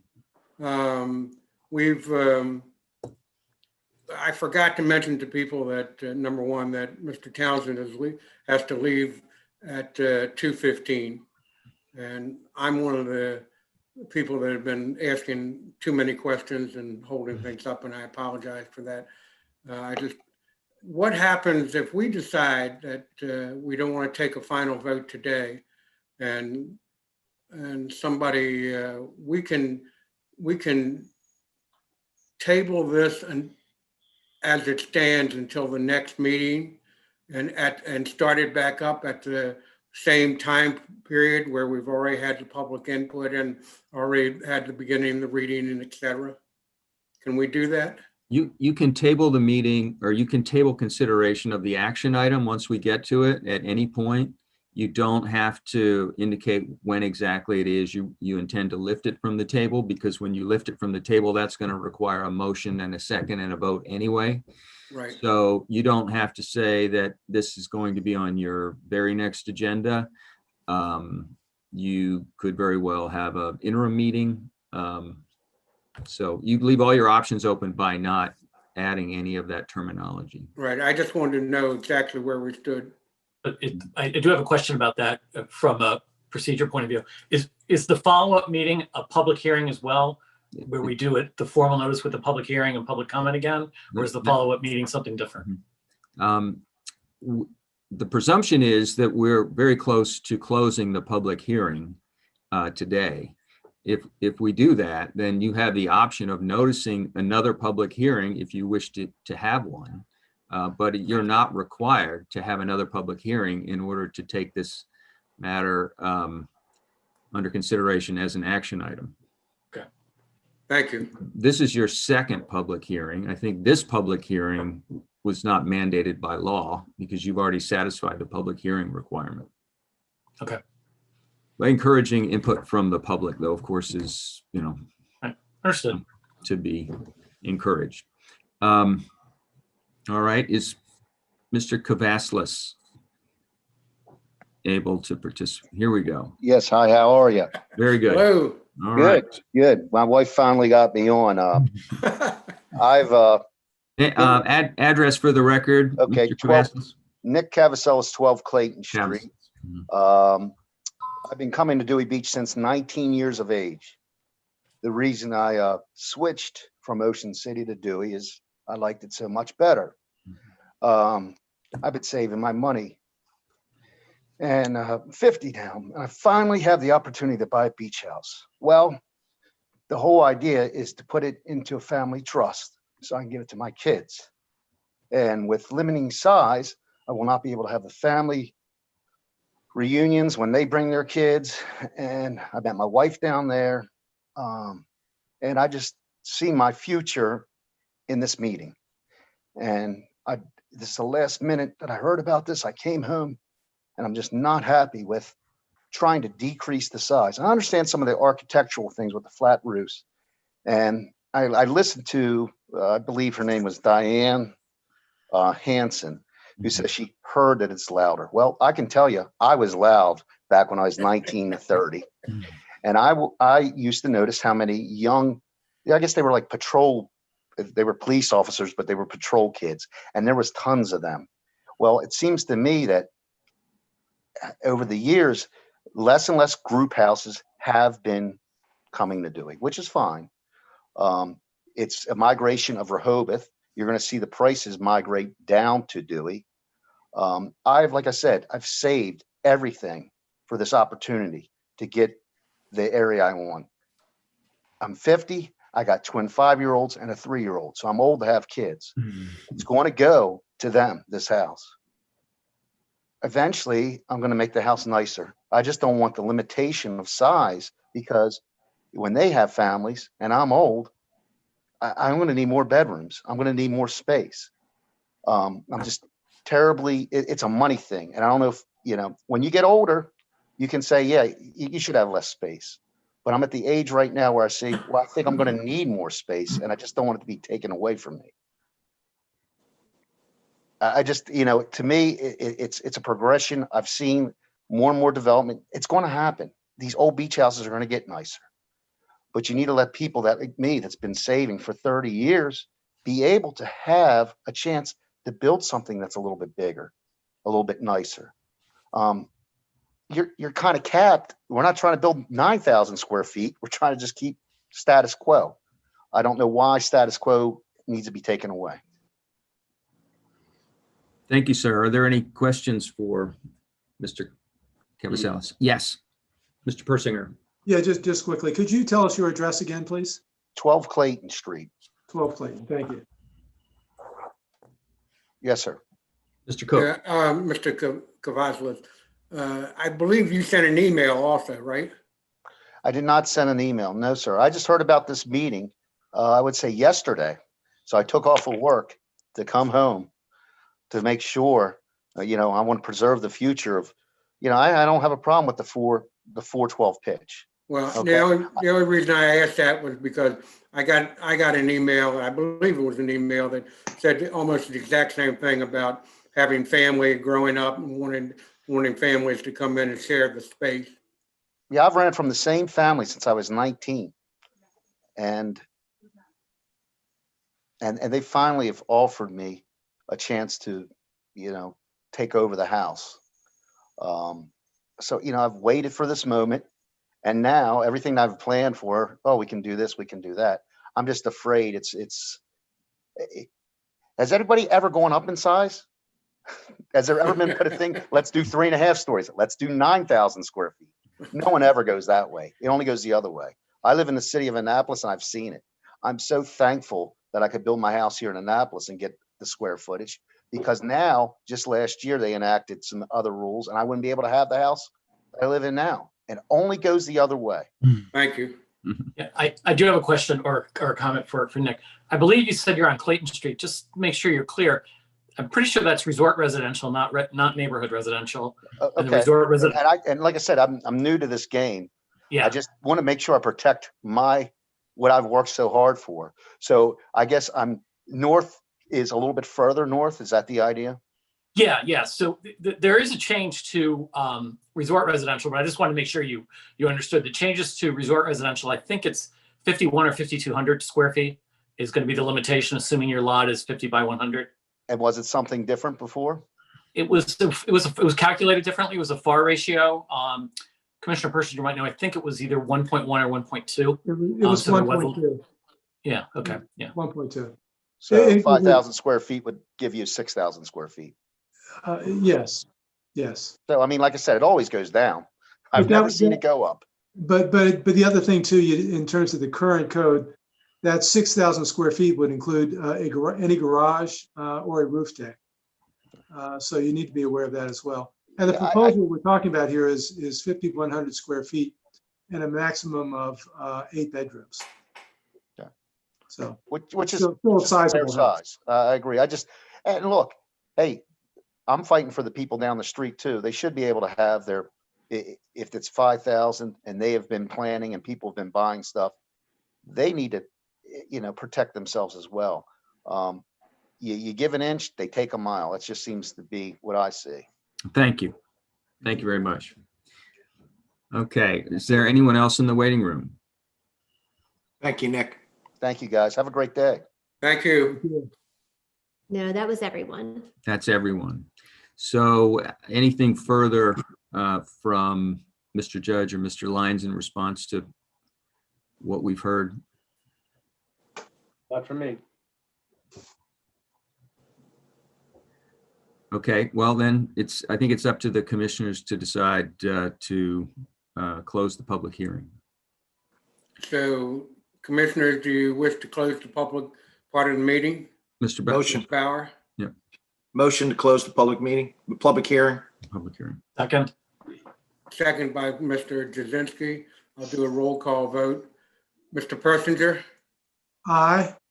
Mr. Jazinski? Aye. Mr. Stevens? Aye. And Mr. Bauer? Aye. And myself, Mayor Commissioner Cook? Aye. Unanimous. The public portion of the hearing is closed. Mr. Townsend, I would like your suggestion now as how we possibly should proceed. Okay, so we've closed the public hearing. The next item on the agenda is item number 1, discuss and possibly vote to approve the ordinance to amend chapter 85. So Would you like to continue this part of the discussion being taken over the chair for the moment? I have no preference. I think that's a good idea to keep the continuity. Okay. Excuse me. All right. So at this point, I think it would, one manner of proceeding would be to invite the commissioners to make general comments in response to what they've heard. And then at some point, those deliberations would move into a period where we have motions. So does anyone wish to be recognized to discuss? So I see Mr. Persinger's hand is up. Yeah, I just want to make a general comment, first of all. I just, first of all, want to thank the Planning and Zoning Commission for all the work that they did. It was an essential part of what needed to be done. I think they did an excellent job. They took advice from the engineering firm that the town made available to them. And so again, I want to thank them for their work. I also want to make sure that we thank our interim town manager, Jim Dedes, and also our building inspector, Dawn Hinks. Every time I certainly had a question about how do you interpret the current code, because it's very important to know where you're coming from as well as where you're going to. So, every time I had a question about the any interpretation of the current code, both Jim and Dawn were extremely helpful. So I just want to say that at the outset, just to make sure that they are acknowledged for the real contribution that they make toward this effort. Thank you, Mr. Persinger. Anyone else?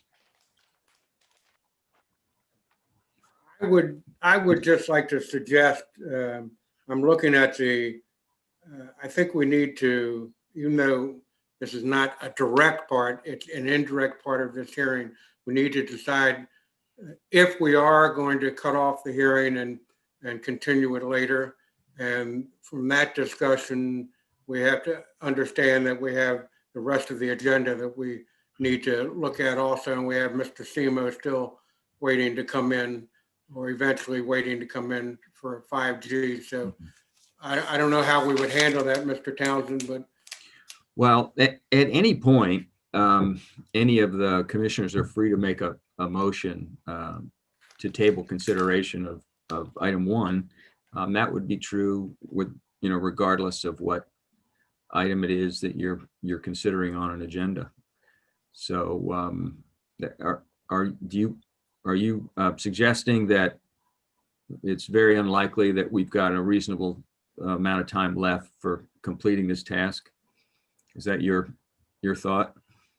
I am suggesting that we have such a long agenda and that we probably would be here more length of time than any of us would want to be here, that we table this agenda. Is that a motion? This item on this agenda. I'm motioning to table this item on the agenda. Right now, before we even talk about it? Yeah, we haven't talked about it. Is there a second?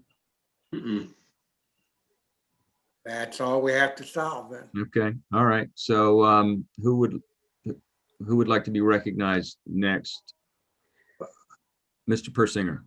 Well, I think we need to go through some of these individual items. I think we need to get a sense from the commissioners of which ones they agree with, which ones they don't agree with.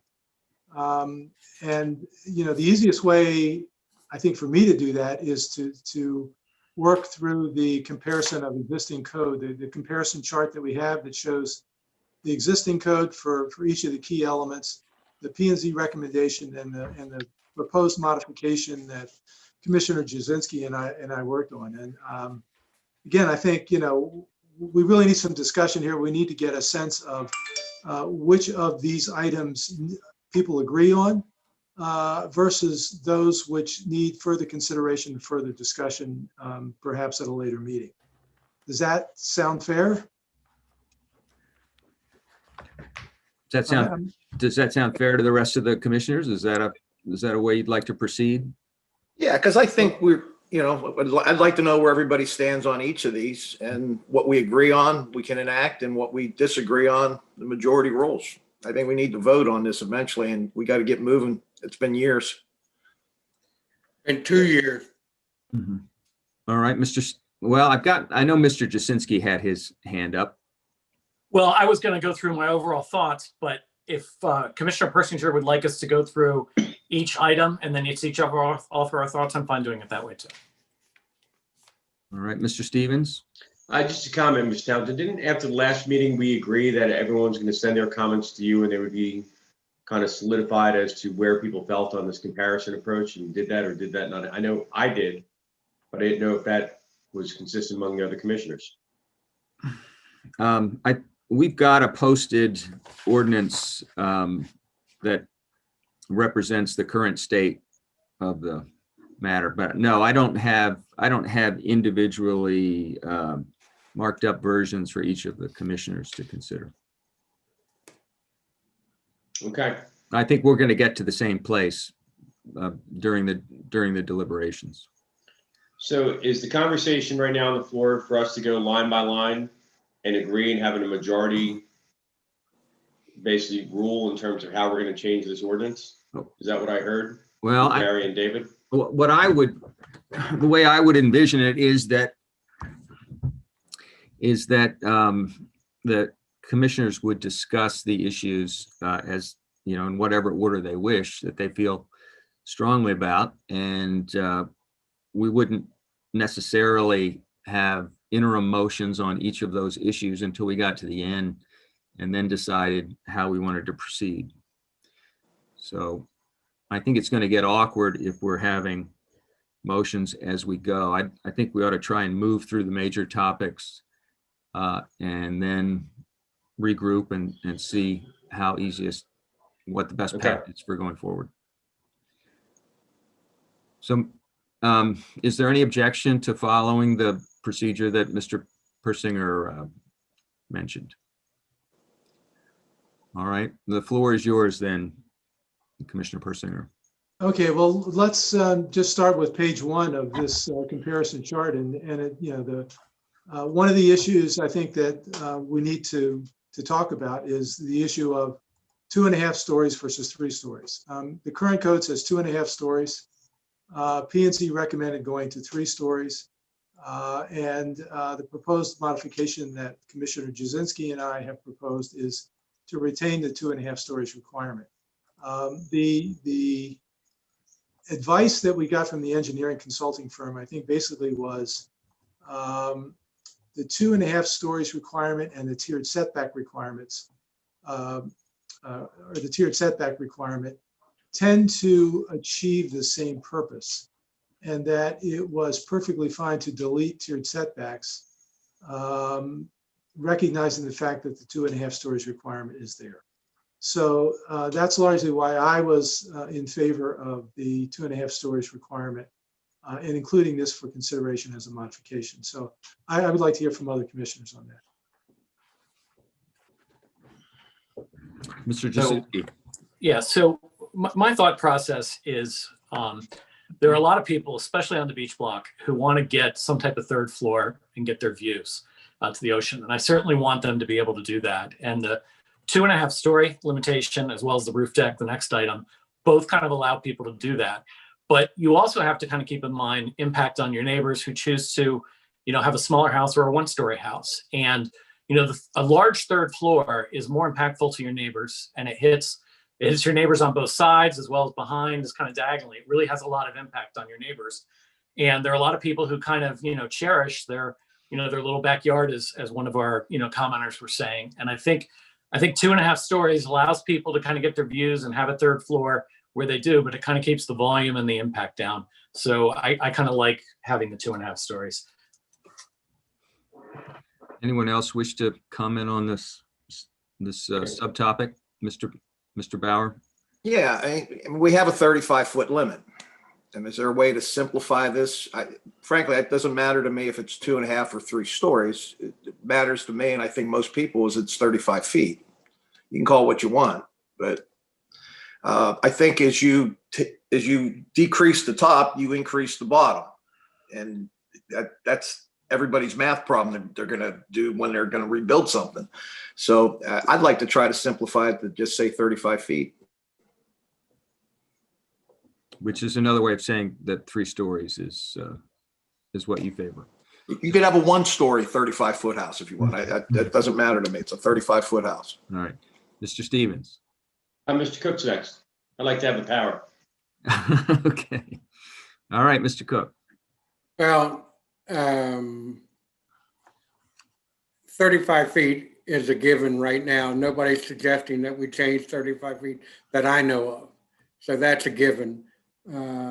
I like the idea of limiting the third floor, of having the third floor and limiting how it is constructed. I understand the 2.5 feet fairly well. I think people didn't understand it because the town didn't enforce it properly. And I said, if enforced properly, they will understand it. And we have a town building official, Mr. Dedes, that understand it pretty well. And I think it'll be enforced properly. I'm for the 2.5 story. Anyone else on the subject of? I'm for the 3 stories because I believe we can do everything under the 35 feet. I'm sorry, I couldn't hear you. Sorry. I'm for the 3 stories. I believe that's, as I'm not in agreement with everything, but that's what planning and zoning recommended. But I believe 3 of you said 2.5 and 2 of us have said 3. Good, Gary. Yeah. All right. Yeah. Sorry, Fred. I gave my reasoning for including 2.5 stories. But I have to say that I've been going back and forth on this, honestly. And I'm beginning to think that maybe 3 stories is the better way to go. And for a simple reason. I think it was Mr. Emmons who suggested that there may be a trend toward not building living space on the first level. So in fact, if you do that, if you put your house on pilings, even if it's not in a flood zone, but you're recognizing the fact that the world is changing and the sea is coming for us, and they want to mitigate that possibility, that if you build a 2-story house on top of pilings, that's really equivalent to the visual impact of a 3-story house that includes living space at the bottom. So it's a tough call, and I understand the aesthetics and the density reasons that are offered for this, but I tend to think that if nothing else for simplicity, I think it adds to simplicity of the code, enforcing the code if we just go to 3 stories. Okay, so. Mr. Bauer had his hand up. All right. Yeah, I agree with Gary. I mean, it's like I was saying before, I mean, the smaller we make the top, we're making it fatter at the bottom. So we might be against the third floor, but I like, let's have the 3rd floor and make it consistent. So what I would say about that is that if we're confident we're not going to have a comprehensive motion passed to adopt the ordinance today, that we can either, we can be directed to post a revised copy of this ordinance with what appears to be the prevailing view at this point, which is 3 stories versus 2.5. Or we could be more formal than that and actually move the adoption of a motion which amends the draft ordinance from 2.5 to 3. Mr. Stevens. We have so many variables to decide upon. I would be in favor of a motion of approving line by line so that we set those in motion, so that we don't have to continue to have this conversation come September of this year. Mr. Persinger, you had your hand up? Yeah, I tend to disagree with that only because, each provision is not totally separable from all of the other provisions. And right. Your favor toward one provision might affect your position on another. And so I kind of like the process that we followed when we made changes to the town charter. We went through all of the possible changes where there might be some controversy or difference of opinion among the commissioners. And we got a sense of what the consensus was on those. And then we put that into a unified document and then voted on the entire document. That's my preference. Mm-hmm. I understand Commissioner Stevens' point of view. I would hope other commissioners would weigh in on this. And Mr. Stevens, as I think about it, as you have this item on your future agendas, if we're not going to complete it today, that doesn't that wouldn't foreclose the opportunity for anyone to move to change it again, even if you did vote it to 3 stories today. So, Mr. Townsend, I perhaps, absolutely agree. I Yeah, absolutely agree. But the fact that we're done with 3 stories, unless there's an item below that causes us to want to reassess the validity of that decision. But I think once we should move past this to try to planning and zoning has done such a great job, and this has been such a long process. I would just like us to see a finish line. all right, Mr. Cook?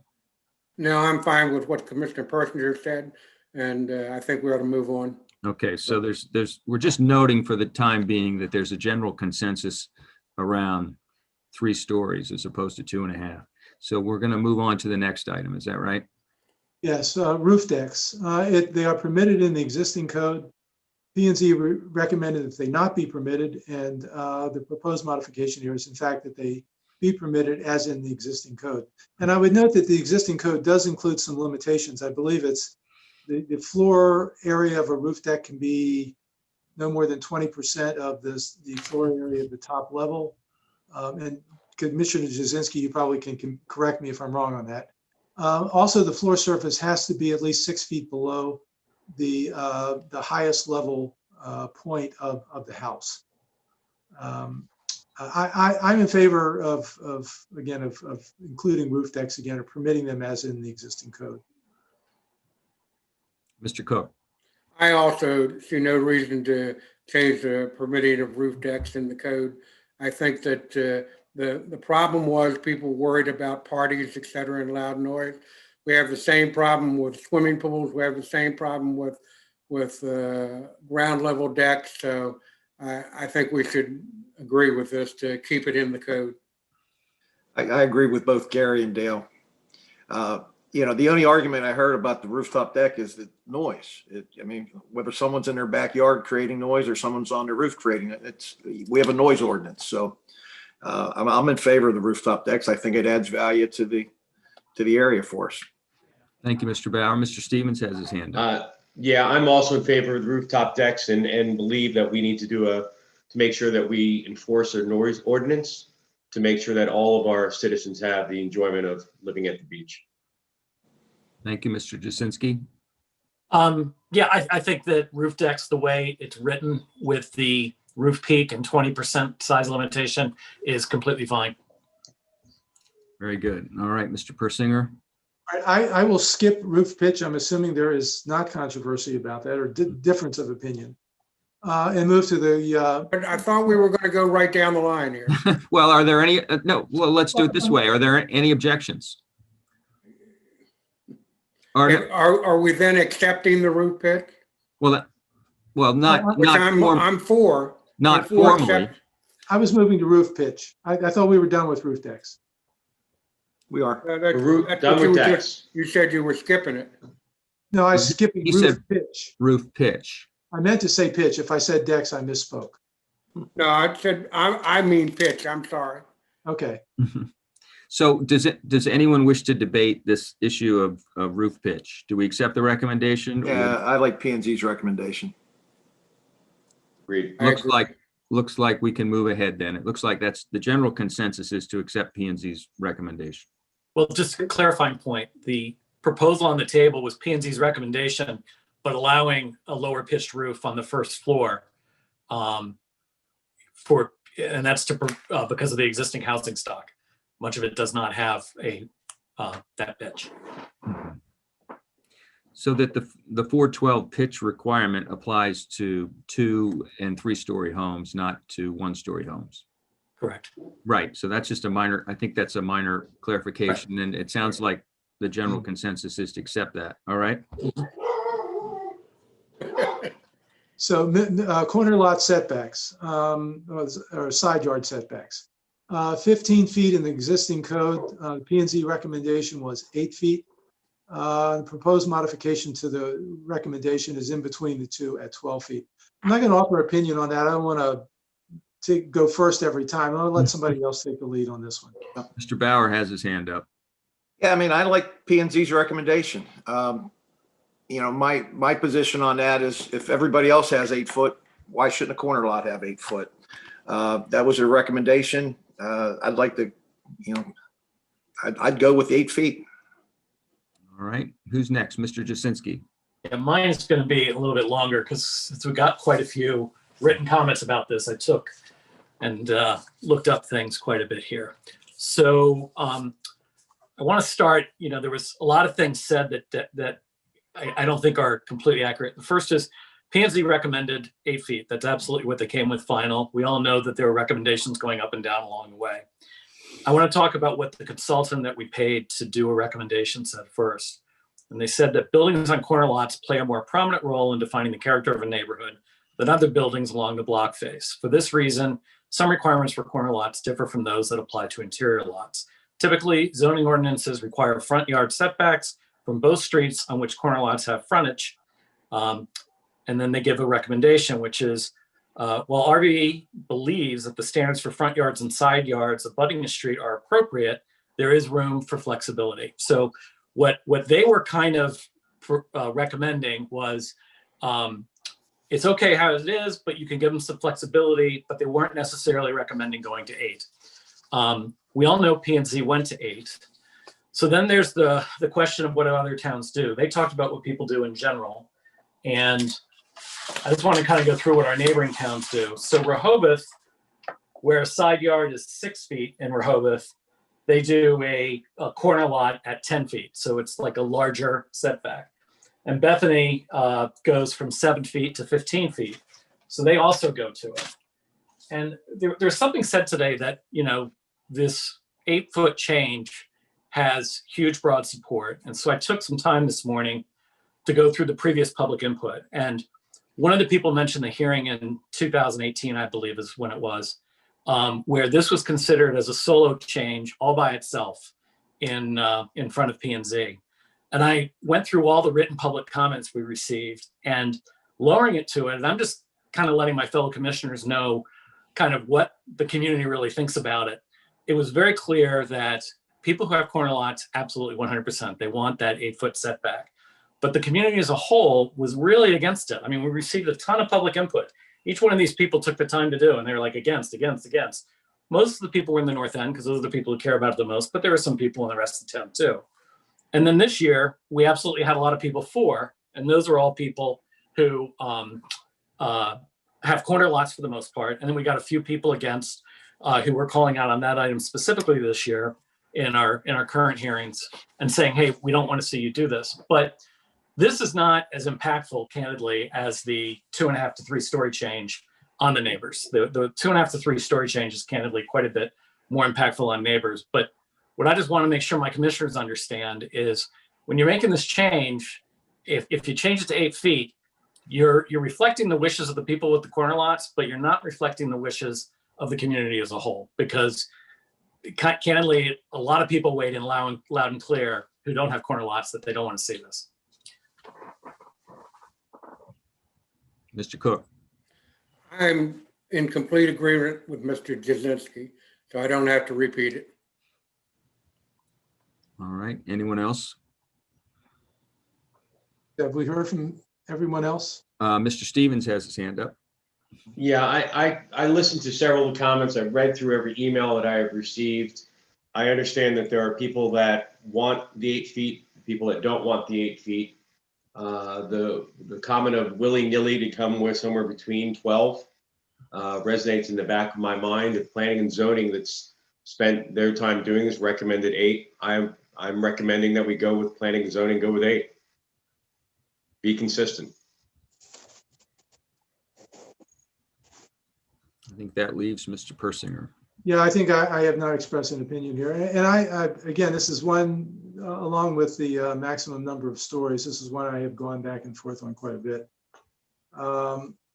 And, a lot of the criticism of going to 8 feet has been about safety issues. That's some of the criticism I recall from the past. Safety issues, sightline issues, things that are visual.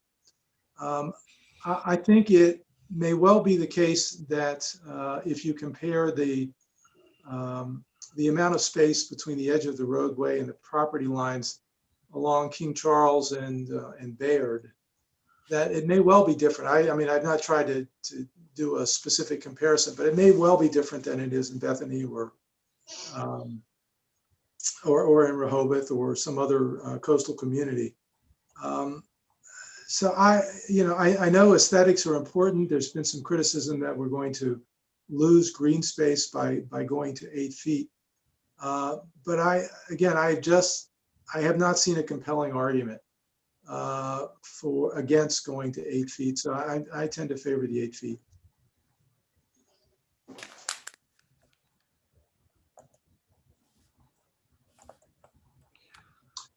Shall we go on? Yes. All right. Yep. So this is the next probably controversial, difficult one to deal with. In the NR district, the current code uses a floor area ratio of 1.0. And so that's equivalent basically to a 5,000 square foot house on a 50 by 100 lot. But it does not include any garage or a roof deck. So P&Z recommended that for lots less than 7,500 square feet, maximum house size would be 4,000 square feet above grade and under roof with at least 6 feet of headroom, including a garage and a maximum of 6 bedrooms. So let's just deal with those lots less than 7,500 square feet. Part of the problem we began to struggle with is, again, where are we now in terms of the current code and where would we be under P&Z's recommendation? And as I read their recommendation, it would really include any area that would be under a roof as long as it was above grade. So any covered porches or covered decks, anything like that with at least 6 feet of headroom would be included in that 4,000 square feet maximum. So that raises the question of where are we now in terms of the current code? I think the deck situation is fairly clear in most cases. That they're not included. It's not the porches are not defined in the existing code. So you could construct an argument either way that porches are in fact included in the floor area ratio of 1.0, but you could also construct, I believe, an equally, at least for me, a more persuasive argument that porches are not included in the floor area ratio. So the modification here is to agree with P&Z that maximum house size would be at 4,000 square feet above grade and under roof and include only 6 bedrooms. But there would be an allowance for a garage up to 500 square feet, and that decks, unenclosed porches, unenclosed areas under houses raised on pilings, space used for an elevator and unfinished attic space with a non-permanent means of access would not count toward that maximum. And by unenclosed porches, and I do have a definition that I would, or a clarification that I would suggest, we would consider screened porches as long as they could be enclosed on 3 sides, but open and screened on the 4th side. It could be, you could have a half wall with screening above that, or no screening above that. And those would all be excluded under the proposed modification here. So that's the quick explanation. The other thing that we did too, it was in terms of basements. If a basement has 4 feet or more of the height above the space above ground, it would also count toward the maximum square footage for all lots. So let me stop there and see what people's opinions are of that. Mr. Bauer? All right, take this in pieces here. Yeah, I mean, counting garages and decks like that, I think it discourages people from having them. And we in no way, I don't think we should be supporting people not having garages. But given the choice of living space or a garage, people are going to choose living space. Maybe not 100% of the time, but pretty close to it. So not counting that towards square footage is I think it's a step in the right direction. The issue I have just overall, I mean, just conceptually and, just my personal feelings is, we're voting on taking away something that someone has today. And I think we've heard a lot of people talk about building their dream home. And hey, we want people to build their dream homes here in Dewey Beach. I mean, we want to see that continue. But I also understand the wants of the neighborhood and maintaining character and things like that. So, I have a hard time taking, I didn't know it was 5,500. I thought it was 5,000 square foot as someone's right today. Taking them down to 4,000 is a 20% drop. And if we do enclose, count garages and elevator shafts and everything else, then it's much less than that. So I just have a problem taking away people's rights. I mean, I could compromise, but not all the way down to 4,000. I think that's too excessive. I think it gets us into trouble legally too. I think we're facing challenges of. I know we're going to get challenged on it, and we want to have something defensible. And I think the more extreme that we are, the more lawsuits we'll have coming our way.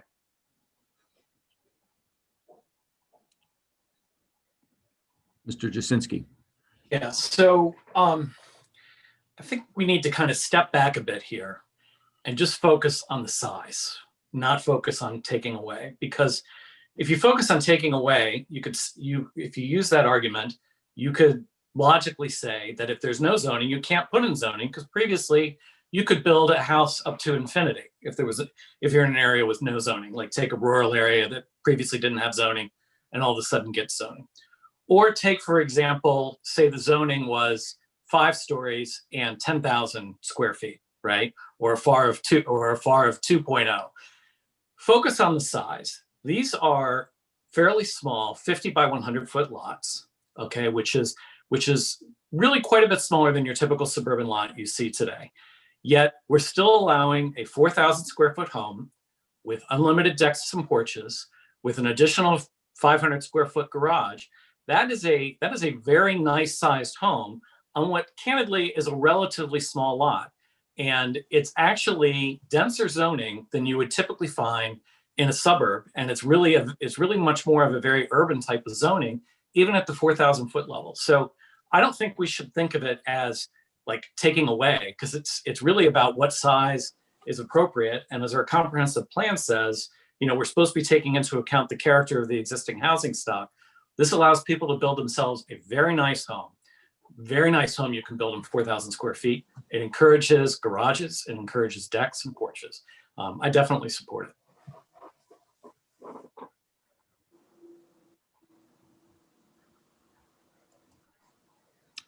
Who's next? Dale's playing poker with me, so I guess I go next. All right, go ahead, Mr. Stevens. I reading the existing code and looking at planning and zoning, I completely see both sides of the story. And I got to tell you, when I started out, I was favoring keeping it the way it is, the larger homes, understanding. But I understand that there's a lot of residents in the north end who like the small feel. The reality, though, is I drove through there earlier just to get a feeling of what the community looks like. And there's not a single street in which everyone's low. There's homes big, there's homes small, there's homes big, there's homes small. So there really is no consistency. There's no preservation of the cottages that we had at one point in time. Reading all of the emails, especially those from Mr. Vincent, or is it Mr. Joseph? Mr. Thomas. Very detailed, very oriented. I do have a inherent fear towards litigation, just because someone's going to feel, whether it's right or wrong, that we're taking their rights away. I do think it was our intent in becoming commissioners was to preserve the Dewey way of life, but was also to preserve the value of the homes that our residents have purchased, whether that be for investment or as their full-time resident. And whether that is as an investment as a group home or as an individual resident, it's not for us to determine how they use their money and how they spend their money and what's important to them. It's part of an individual right of being American. When I read through the proposed modification, what I saw is a nice compromise from the perspective of consistent with what a realtor would have said. The garage is not included. the deck is not included. The porch is like, what is really in the four walls? So I liked what both Commissioner Jazinski and Commissioner Persinger put together. I guess the only thing that comes back is I would like to see a small step down, where maybe it goes from an unlimited, as we found out today, to a 4,500, where it's a 10% decrease, a simple code change from 1 to 0.9, and keep everything else consistent that we have. So that's my thought process. Do we want to hear from Mr. Cook before we go around again? Yes. Sure. Yeah. The people watching this may not want to hear from Mr. Cook, but I wavered back and forth on one thing. I am very much for the modified proposal by Mr. Jazinski and Mr. Persinger. I wavered back and forth whether it ought to be 4,000 or 4,500. I don't know exactly where I stand on that, but right now I'm for the proposed modification as put forth by Persinger and Jazinski. Mr. Bauer? Yeah, one thing I left out when I was thinking about it, a number of years ago, and I think pretty much everybody that's run for office here in Dewey Beach over the years has made a statement that we want to protect property values. And, the question I want everybody to consider is a 5,000 square foot house more valuable than a 4,000 square? Would you pay more for a 4,000 square foot house than you would a 5,000 square foot house? So, and that's my thought process. We can call it taken away or whatever. I mean, it's a reduction in some shape or form. And, I don't think we should be in the business of reducing property values. And I think that goes against everything that we promised the public we would do. So, if we have to, if I have to give a little bit, I could go to the 4,500. But I think 4,000 just invites more people to come at us, and that's not going to be healthy for us. But that's, majority rules in this vote. All right, Mr. Persinger. Yeah, I would just say, I think it's useful to point out, one comparison. I think, in Rehoboth on a 5,000 square foot lot, they have a FAR of 0.6. You can only put a 3,000 square foot house on this size lot in Rehoboth. And we need to just understand that, recognize that. And I think in doing this, I think, there was a lot of concern about the P&Z original recommendation of basically including everything within 4,000 square feet. We realized the need to make some compromise there. First of all, allow a garage, which wouldn't count toward the 5,000. Don't include elevator space. Don't include, porch areas and decks and that sort of thing. And, again, I think as Commissioner Jazinski pointed out, you can build a very nice house of 4,000 square feet, which is focused on 4,000 square feet of real living space. That's, and I would not agree that you wouldn't necessarily pay more for a 5,000 square foot house than a 4,000 square foot house. It depends on what it looks like. Depends on what's included in that, and how the space is laid out and the architectural elements. So I wouldn't say we're affecting property values here. I think we all want to preserve property values as well as respect the preferences and the interests of all the property owners, those who want to rebuild as well as those who want to retain what they have. Mr. Stevens. Yeah, just to comment on Mr. Persinger's Commissioner Persinger's comment, if I'm looking at two identical builds on the same exact square footage by the same builder, built at the same time, I would expect to pay less for a 4,000 square foot house than a 5,000 square foot house. And it's because it's assuming that everything else is consistent, it's just a bigger footprint. And if you're just looking at that, is it a 20% change? There's $1 million house versus an $800,000 house, depending upon what we have. I think what we have, gentlemen, is a kind of an agreement from what I've heard is if we were to go through the proposal and say, let's remove the porches, remove the decks, remove the breezeways and underneath the house, remove the garages, where we are sitting right now is at 1.0. Is it possible for us to come to an agreement where it is a 0.9 or 4,500 as a effective this date, and maybe it's 0.8 in a future date to get to that 4,000 calculation. So there's enough of a grandfathering in, so people who currently have the homes do not feel like they're being at a loss, and those that will buy homes will be fully informed of what that code is. So I'll just propose that as a middle ground.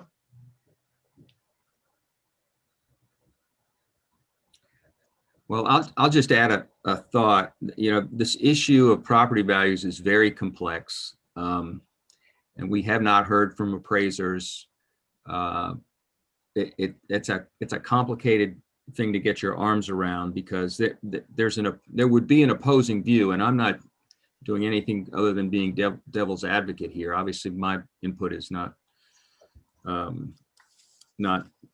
part of this process, but the opposing view would be that the entirety of the properties within the area would have a greater value by virtue of maintaining the size limitation on every property. So while the comparison between two houses next to one another might hold up, the general values of the property are enhanced by some limitation. Where that limitation is, you know, that's up to you all to figure that out. But there would be an argument that without a limitation, the property values as a whole would be reduced. Go ahead, Mr. Stevens. No, I agree with you 100%. But there's two different elements. You have the element of what's the value of the land, all that being equal, and then you have the value of the build.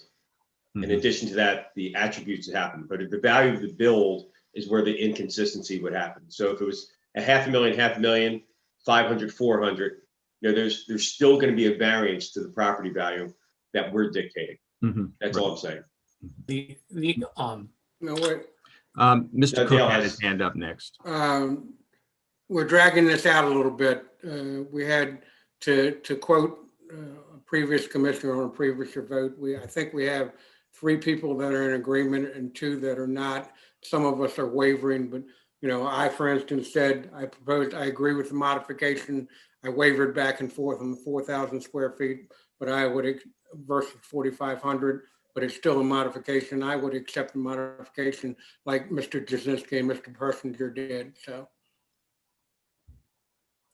I think Any other comments? I'm sorry, go ahead. So where are we settling at here on the square footage? Well, we're not really settling formally, but we can all count where people. We have a sense, I think as the mayor just said, we have a sense of 3 commissioners approving or being in favor of this proposed modification, and two would like to see a change in it. So again, we would come back with a complete document that has all of the proposed agreements embodied in that document, and we would then vote on that as a unified document. But in doing so, I think as our attorney pointed out, you could propose modifications even to that document at that point. Right. For a final vote. You're not foreclosing those arguments. Right. I think we need to move on. Okay. So Mr. Cook, could I ask you, I'm going to see what I can do about my availability, but can I ask you to take over the chair while I make a phone call? Okay, thank you, sir. I will do. Mr. Persinger, I believe you're online here now to go next to tiered setback. Well, I think we need to just finish maximum building size just for a second, because we have lots that are 7,500 square feet or greater. There aren't a lot of those, but there are some. And the proposal here is similar to P&Z, to 5,200 square feet. In this case, it says including the garage. I think when Rick Judge made some comments, I think his idea was that we might want to allow 500 square feet allowance for that.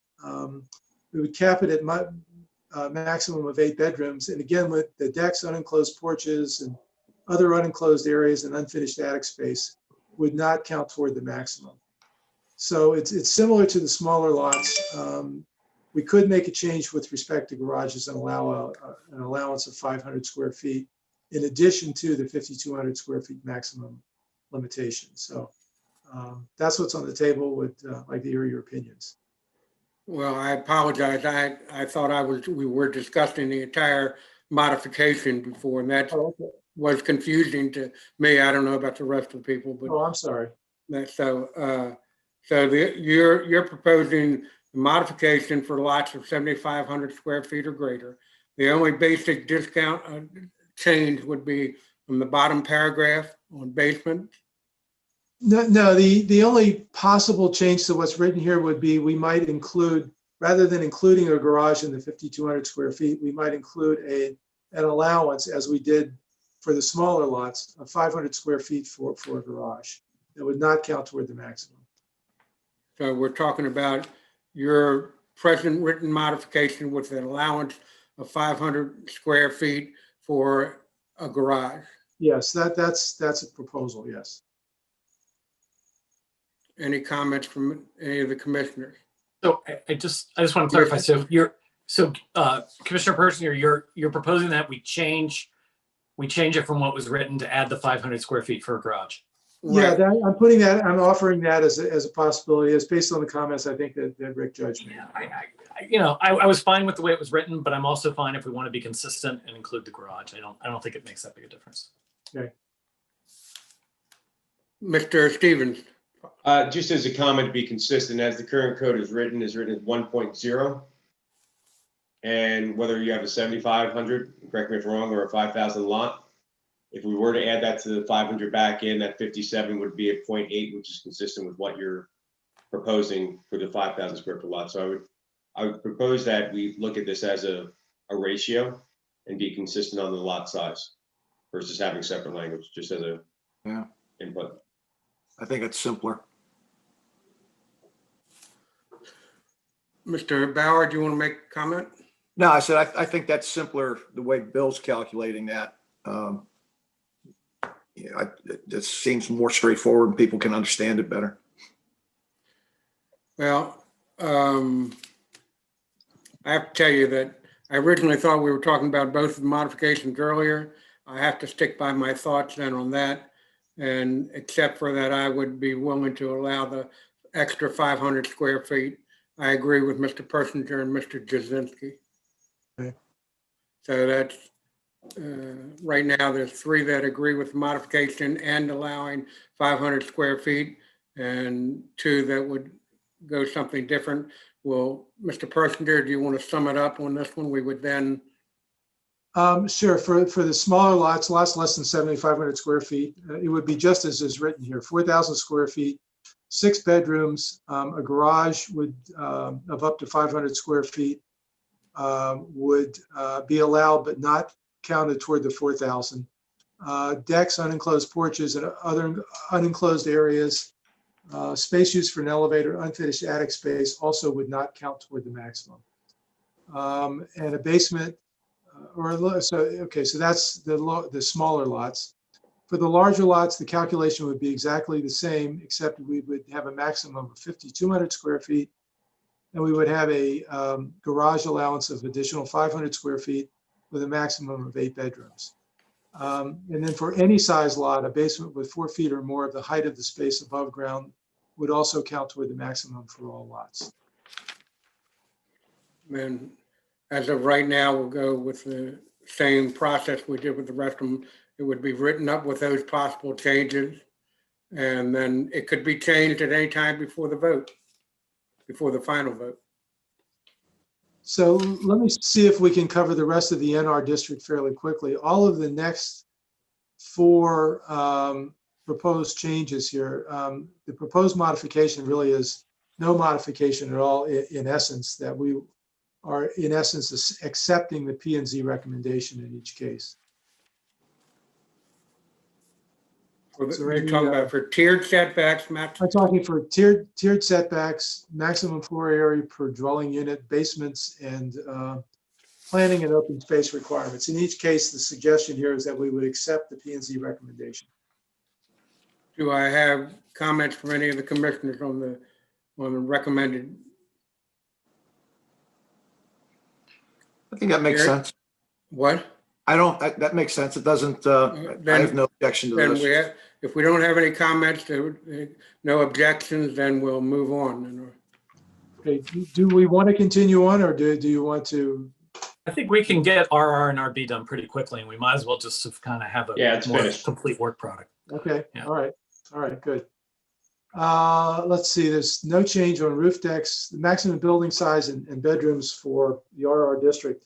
Right now, there's a FAR of 1.2, which is in essence equivalent to a maximum 6,000 square feet on a 50 by 100 lot.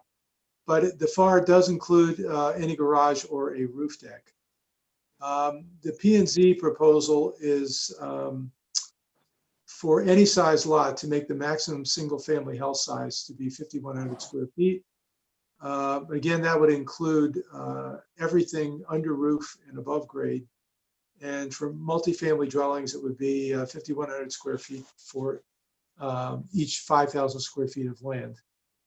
The proposed modification is similar to what we did for the NR district, is to accept the P&Z recommendation with a limit of 8 bedrooms on all dwellings.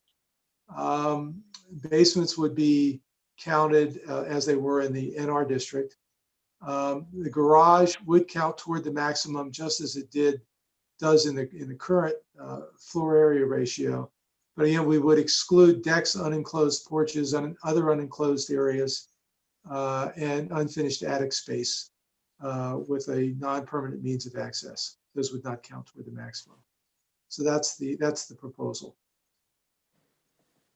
So, any comments from the other commissioners? Any problems with it? Hearing none. Mr. Persinger, you want to move on then? All right. The next one, tiered setbacks, is accept the P&Z recommendation. Same with, actually with the maximum floor area and basements. We're in essence accepting the P&Z recommendations. Any comments from the commissioners? All right, then we'll accept that and move on. Then there are 2 changes in the RB3 district. Basements, I think, basically accept the P&Z recommendation. The other thing to deal with here is minimum corner lot setback for the side yard abutting the street. The existing code says 15 feet. P&Z recommends 10 feet, and the proposed modification here is 12 feet. I included a note here, and I can't recover from my memory exactly why I decided to do that. There was some concern about maximum building size, an increase potentially maximum building size by narrowing the corner lot setbacks. But I guess the point here is that any increase in building size would be limited, because in this particular zoning district, the proposal is to retain the FAR of 1.0. So I don't know that we've gotten any public comment on that, on this particular modification. Yeah. Any comments from the commissioners? Mr. Jazinski? I just want to point out, if you go through a plat of RB3, unlike neighborhood residential and resort residential, the lots are very ununiform in the way they're laid out and whatnot. And I think that's part of the reason why it's a FAR ratio rather than something fixed. And that's kind of also, I think, part of the reason around the corner lot setbacks. It's just very different if you look at the plat of how all the lots come together. Mr. Stevens? I'm in favor of going with the P&Z's recommendation after all their hard work. I'm going to the 10 feet. I don't know why we just add 2 feet arbitrarily. Yeah. Yeah, I think it was unanimous, the P&Z vote on the 8. So I'd like to go with their recommendation as well. Well, no, this one's not, the recommendation on this one was 10 feet. Am I right? It is, yes, that's Yeah. correct. Yeah, RB3, page 6, Paul. Okay, yep, there you go. I'm looking at it. Yeah, I'd like to go with P&Z's recommendation. Any other comments from any of the commissioners? We have Commissioner Persinger? Does the mayor always get to go last? Yeah, I don't like this at all. Wait a minute, when you were running it, we bumped it back for you. When you asked to be last, you go ahead. Yeah, I think we should go in alphabetical order next. Yes. We did not get any public comment on this. I think I'm okay with 12 feet unless we get some public dissent here. We can always come back and modify this and take it down to 10 feet if that's the desire. I don't think it affects a lot of properties. Yeah, does anybody know what the logic was from P and Z on their recommendation? No, but I do not know. no, but I'll give you my comments. My comment before was I liked the 12 feet before. I like the 12 feet now. I'm for the modification. Okay. Well, I like the 8 feet before, but I'll take the 10 feet now. Well, but I think I believe we do have, again, Commissioner Jazinski, you wanted what? I support the Modification? proposal as it was outlined, yeah. Yeah, and Mr. Persinger, you supported the modification? I support the 12 feet, yes. Yeah, and I supported the modification. We have one that supports the 10 feet, and we have one, Mr. Bauer, wasn't sure what you supported. Well, I'm supporting what P and Z recommended. Okay, they recommended 10 feet. Right. So we have 2 people that support the 10 feet and 3 that support the 12 feet.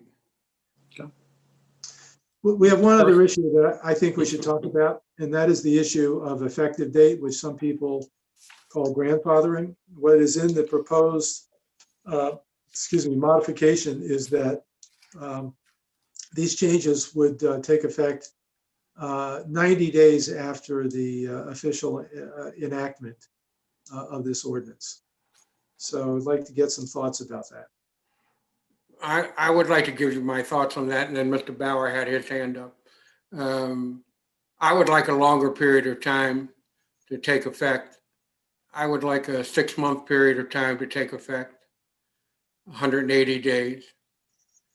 So I think that gives people who want to think they want to expand under the present circumstances, the ability to put in a permit request. And I believe after the permit request, Ashley, you might know this more than I do, but I believe, or Jim might know rather. I believe they have a year to start and changing construction, or they can get 1 year, one year extension. Is that correct, Jim? Jim, you're muted. Yes, that's correct. Okay, so they would in effect have 2 years extension plus the 6 months that we say. That's Go ahead, correct. Mr. Stevens. Yeah, Jim, I just want a clarification. So if I own a property in the north zone or the north neighborhood, and I decide that I want to build a square footage based on the current plan, do I need to submit final drawings with construction dollars with estimates? Or am I purely getting I'm from a permitting process. I just wanted some education on that. That's a good point. We would look at your permit and we would make a decision whether we have enough information based upon what you submitted for us to go ahead and send it to the county. But that date once we approved it, that's when the date would start for you. So if that date was not conclusive, let's say the information I provided that was not conclusive, but that clock starts. Is that what you're saying?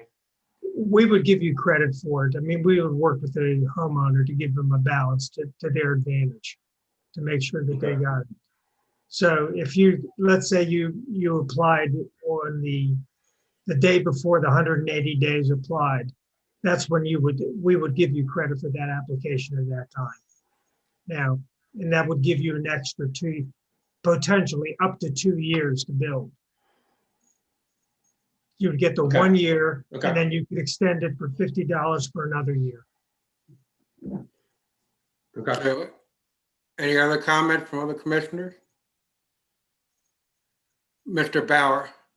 Yeah, let me just try to understand the timeline. So whatever changes we settle on and we put into effect, So someone has to bring to us within, if I understand correctly, 6 months is the proposal on the table? Well, what was in the modification was 90 days. Commissioner Cook or Mayor Cook is Okay. suggesting 180. So 6 months then to bring to us a permit that says, this is what I want to build. And we're either going to issue the permit or send it to the county or not at that point. So then they have 2 years from the date the county approves it? Is that how the lineage works Now, there? let me make it clear. If you have 180 days before this goes into effect, then the old ordinance then is still in effect. Okay? So nothing changes. If they Okay, so- decide they want to follow the old ordinance, the existing permit, they have up to 6 months to submit an application. Okay? Right. And then that application would be good at that period of time for a full year. And then they could extend it for another year. For at the another end. year, okay. So hypothetically, let's say we approve this today, they would go into August to bring us plans to build something or not. And then at that point, after 6 months, if they've not submitted plans, they're gonna go under the new rules. That's correct. All right. I think 6 months probably needs to be a little longer because it takes a while to get architectural plans done. But- Oh, okay. Any other comments from other commissioners? I disagree. I'll go to Mr. Jazinski right after I finish. It doesn't Well- take 6 months to get architectural plans. I don't think that's true. I think that I've heard that from a couple of the homeowners about the long period of time it takes to get architectural plans. I don't think, in my experience here as a temporary town manager, in my experience being on the commission, I believe people can bring up plans very quickly if they want to. So, Mr. Jazinski. couple of things. One is the date we're talking about is the date to apply for your permit. That's So correct. so you have the full benefit of that time. I think what we want to focus this on is people who really are in a position where they're kind of about to build. That there are also people who think that they might want to build in 3 or 4 years. And we can't really set ourselves up to treat those people different than people who come in 6 months from now and buy a property. And we don't want to create a perverse incentive where people are selling houses with the idea that you sell it to a developer who's going to rush really quickly to build the biggest thing possible under the current zoning and get it under the window. So from my perspective, you really want to kind of limit it to no more than 6 months, because otherwise you're going to have people kind of advertising houses for a different purpose than the 6 month period is really intended to provide for. Well, Mr. Stevens. David, are you proposing that the 6 month is fine, but not giving them a year after they file the permits? No, saying 6 not at months all. to get the permit application. Okay, all right. 6 months All to right. get the permit application in is all I'm saying. I Yeah. don't want to say that you can apply for a permit in a year or two, because then you've got a perverse incentive for someone to sell their house to a third-party developer who's going to come in and try to build the biggest house they possibly can before it changes. You don't want to create that kind of perverse incentive. Mr. Persinger, do you want to sum it up to, Well, Go ahead. it sounds like we seem to be coalescing around 180 days as the effective date for these amendments, for this ordinance. Actually, for the amendments, not for the ordinance. and your comment on that? I'm fine with that. Mr. too. Stevens, I'm fine with that. Mr. Jazinski, Yeah. Mr. Bauer, You can live with that. and I also am fine with that. So is there anything else that we need to discuss about this subject while we're on item number 1? I think we have enough to put together the unified document that we can all consider at the next meeting and vote up or down. I agree. Of course, that'll take another meeting. I think. No, but I think that's okay. I mean, we want to get this done, but I think we want to get it as right as we can. I want more public notice to, here's what we're actually going to vote on. here's the possibility, what actually not just a recommended change or whatever, but here's the possible, we could change and anything could happen in a meeting. You have the right to change your total opinion of it, but here's what we're proposing and what we're gonna, go ahead, Mr. Persinger. That document could be pulled together and posted by the end of next week. Okay. You believe that? It's really not that difficult to do. You got to remember, we are not the only person that our attorney deals with, but okay. Well, I think we have the language. I think, we can put the language together, run it by our attorney. I don't think, we haven't changed anything major here. All of the options were in front of us. It was basically, choose this one or choose that one. And again, during the discussion of that consolidated document, anyone will have an opportunity to suggest changes to it at that point. Okay, well, we're proposing the next meeting, the proposed next meeting was posted. What date was it, Ashley? Do you remember? The next meeting is this coming Wednesday, the 13th. I don't think the document could be ready by then. The monthly meeting is February 12th. Right.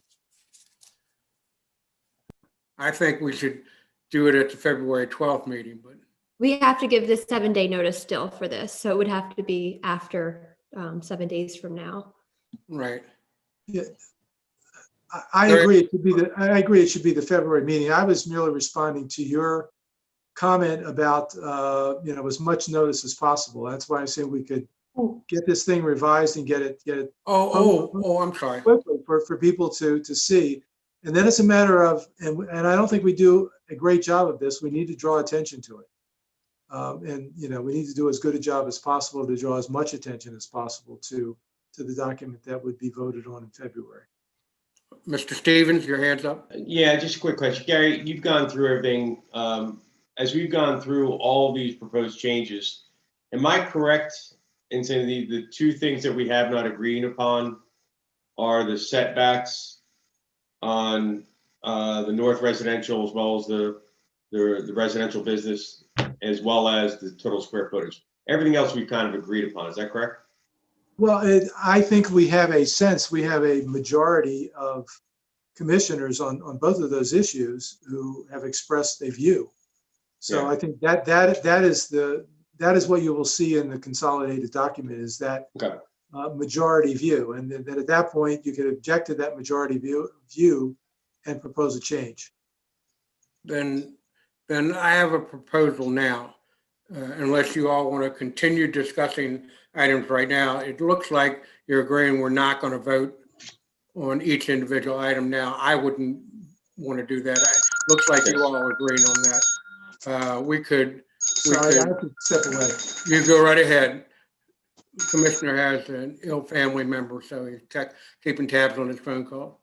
I would suggest that I want to say table the rest of the meeting, rest of this item for another meeting. And at our attorney's suggestion, we would table it without putting an actual date on it, but with the understanding it would be as soon as possible. Right. So I will motion to table. This is agenda item number 1, discuss and vote on the draft ordinance.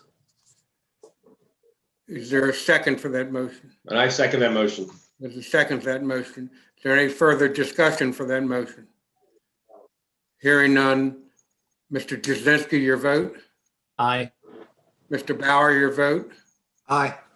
Mr. Stevens, your vote? Aye. And Commissioner Mayor, Mr. Cook votes aye. Commissioner Persinger is off an emergency phone call right now, so it'll be Mr. Persinger.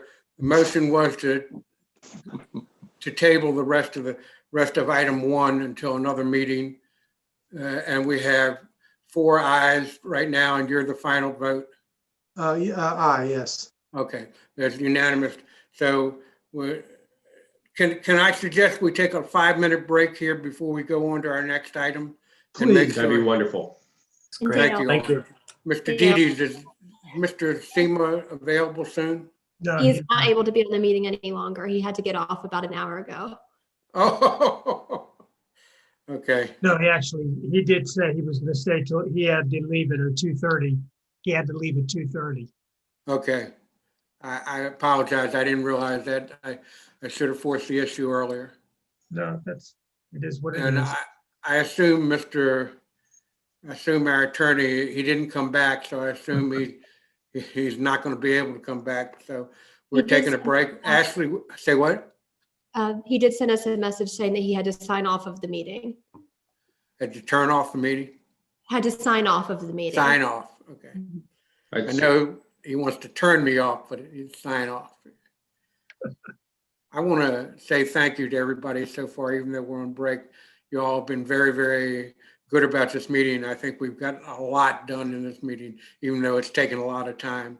We're already at 2 hours and 46 minutes into the meeting.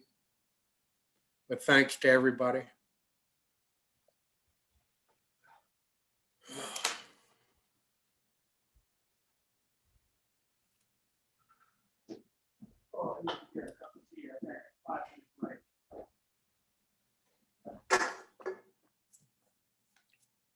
If anybody's still listening, we're on break right now. We've got a couple minutes and we'll come back.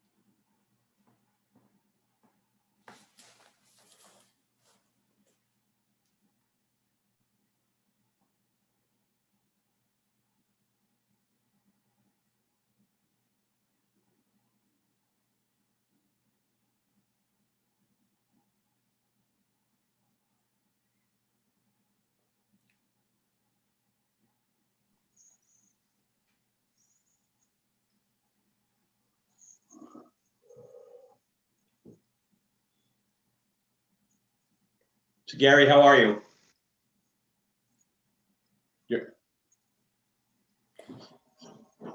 Turn on your mic, Gary. I was just Remember, saying. I believe we're still up and on. Oh, we're on still live. Yes. Oh, Thank yeah. you. Thank you for the reminder.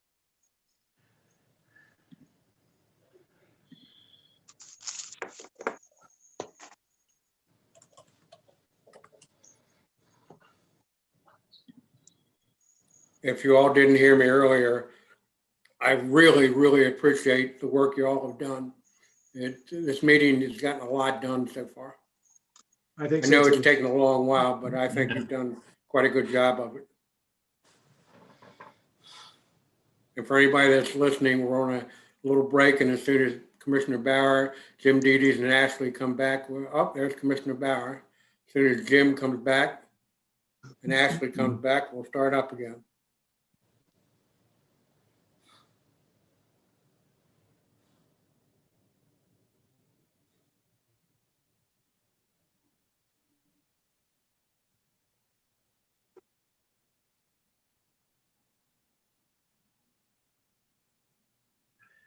Did Dale's thing freeze?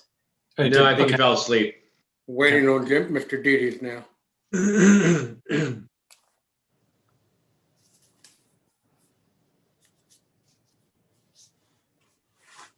I'm not sure where he headed off to, but I do want to go over this Del Dot item 5G wireless and have him give you an update. We're not going to do item 3 right now. That's for the next meeting. But I will. Item 4 should be fairly quick. Item 5, I think is going to be fairly quick because we still want to set up a workshop, and that's going to be the majority of the work on that one. And then item 6 is Commissioner Jazinski. I'm not sure how long that will take. If we're tight on time, I certainly would agree to defer that to another meeting where I could just explain it really quickly. But at least you should give an update of what you're worried about or what you think on it. Yeah, either way, I'm saying I can do it either way. And Mr. Didi got his mic off. Well, I tell you what, why don't we do this? When he comes back, we'll come back to item number 2. And right now we'll go to, if it's all right with, oh, there he is. He's got his coffee in hand.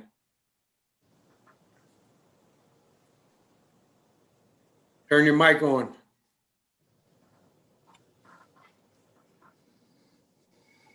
Okay, sorry about that. That's no problem. We're all here now. We're off of a break. We're on item number 2, update regarding 5G wireless communication with an update and discussion from DelDOT utility engineer Eric Semo. Mr. Semo had to leave at 2:30, but we'll get an update from Mr. Didi. Well, Mr. Semo, thank you. Mr. Semo and I had a nice chat the other day, which it was nice in that we were cordial towards each other. There was no good news, to be honest with you. What I did find out was that Tilson applied for 2 and was approved for 2 additional sites that coincide with sites that Verizon has also applied. So they're basically 2 streets. And for some reason, I don't have it in front of me, but it looks like they are, one was Swedes and I think one was Clayton Street.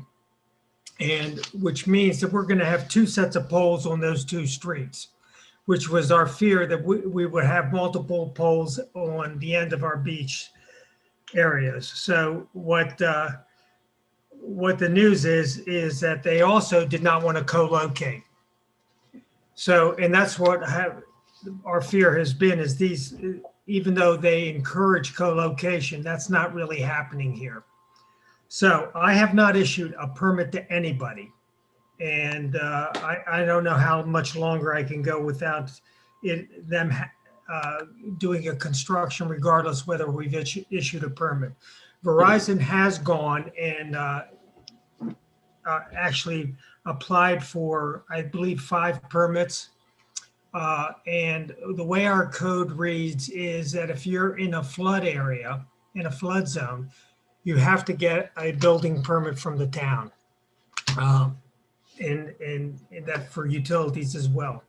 So there really isn't any good news here. I've consulted with Kevin Moss. He's looked at how they've come up with some of the radio frequency waves. Kevin and I chatted about this yesterday, and it looks like there's not a whole lot of difference between their analysis and what they've done. Now, he said he's going to look into further and get back to us. So the upshot of this is there's probably not a lot that we can do to make any changes or restrictions at this point. But again, I'm not issuing permits, and I'm not quite sure how much longer or what our legal recourse can be on this. Our design standards really don't necessarily address whether you can put a pole up or not. It just gives some parameters for the poles and what they can put on. The only thing we've got as far as an agreement from the parties so far has been that they will do underground utility connections, and they'll continue with a 35-foot height limit that we've got. There was a discussion with the life-saving station and replacing the flagpole. Verizon will pursue that if we give them the go-ahead.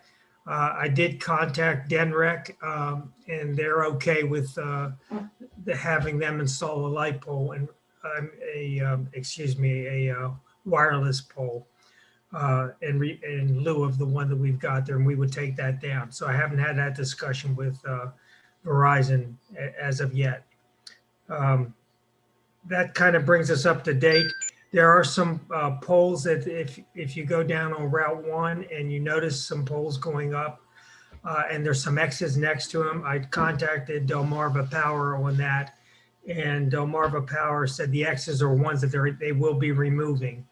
So, you know, I don't know if they're going to be connected with the 5G or not, but these were utility poles that they're planning to put their utilities, the power lines on. And that's all I've got. All right, Jim, thank you. I just want to tell the commissioners, number one, to Jim, some of the polls that I've noticed that if I saw it correctly as I drove through town after talking with you about this yesterday, the ones that have X's on them are also ones that have just had new concrete poured around them. And so I don't know whether that's the snafu of government and they poured the concrete to repair it and then they're going to now tear the pole out, or whether we're mistaken about what X's mean on poles. So. Well, when I contacted Jim Smith, who's our contact, their government relations person, he did say that the X's were going to be pulled, they were going to be taken down. For example, if you look on Dickinson and you look at NALU that's up over there, there are two poles side by side. One's got an X and one's the new pole in. So they are going to be removing the X. Right, okay. The other item, I have 3 items total that I want to let you know about, so then you can comment. The other item, the flagpole at the life-saving station, and I mentioned to you for the last couple meetings that it's the exact same pole that would be put in, or I understand it's going to be the exact same pole that was put in Fenwick Island in front of the Chamber of Commerce. It's a larger pole, but it's a tapered pole that has the ability to raise and lower the flag on it. Excuse me. And so the purpose of this, I asked them, they wanted a new pole on the street originally. Then they wanted to replace that with a flagpole.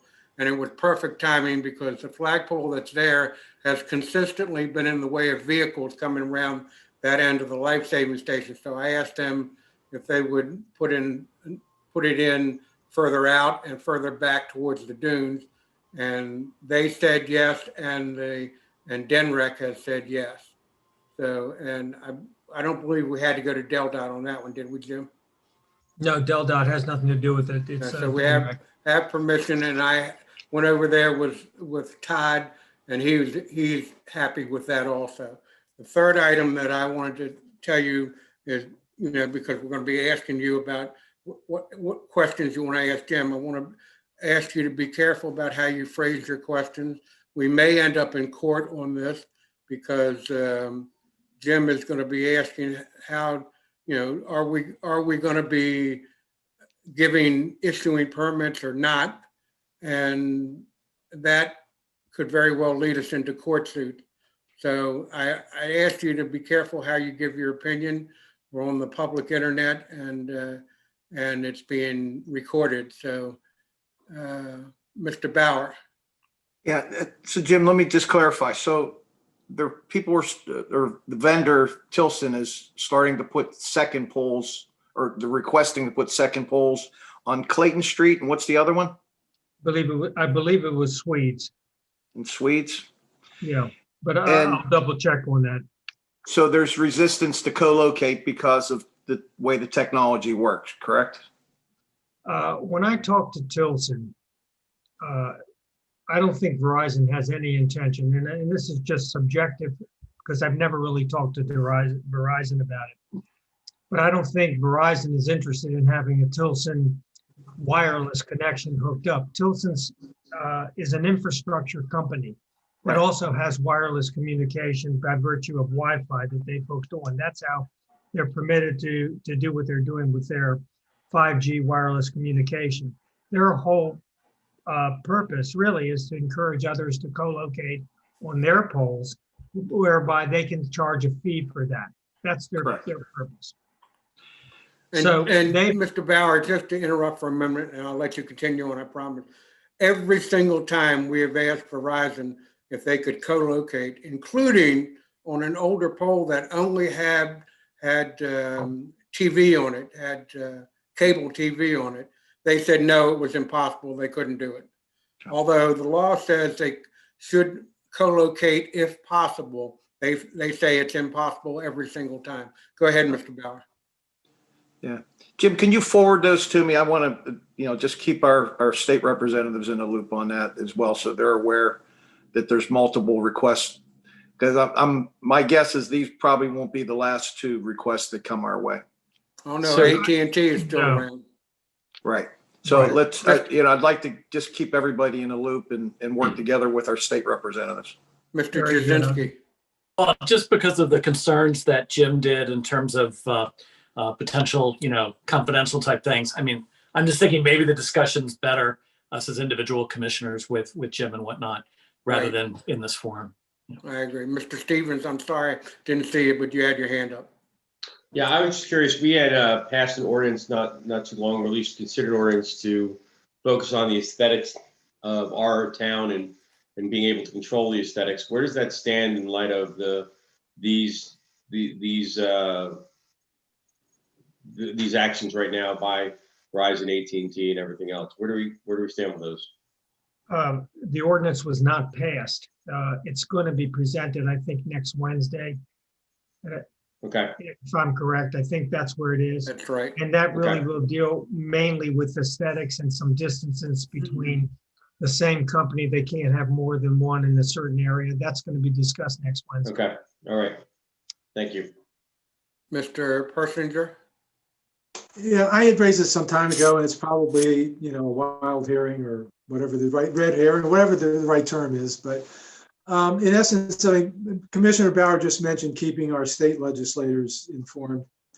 Has anyone along the shore communities gotten in touch with our federal legislators? The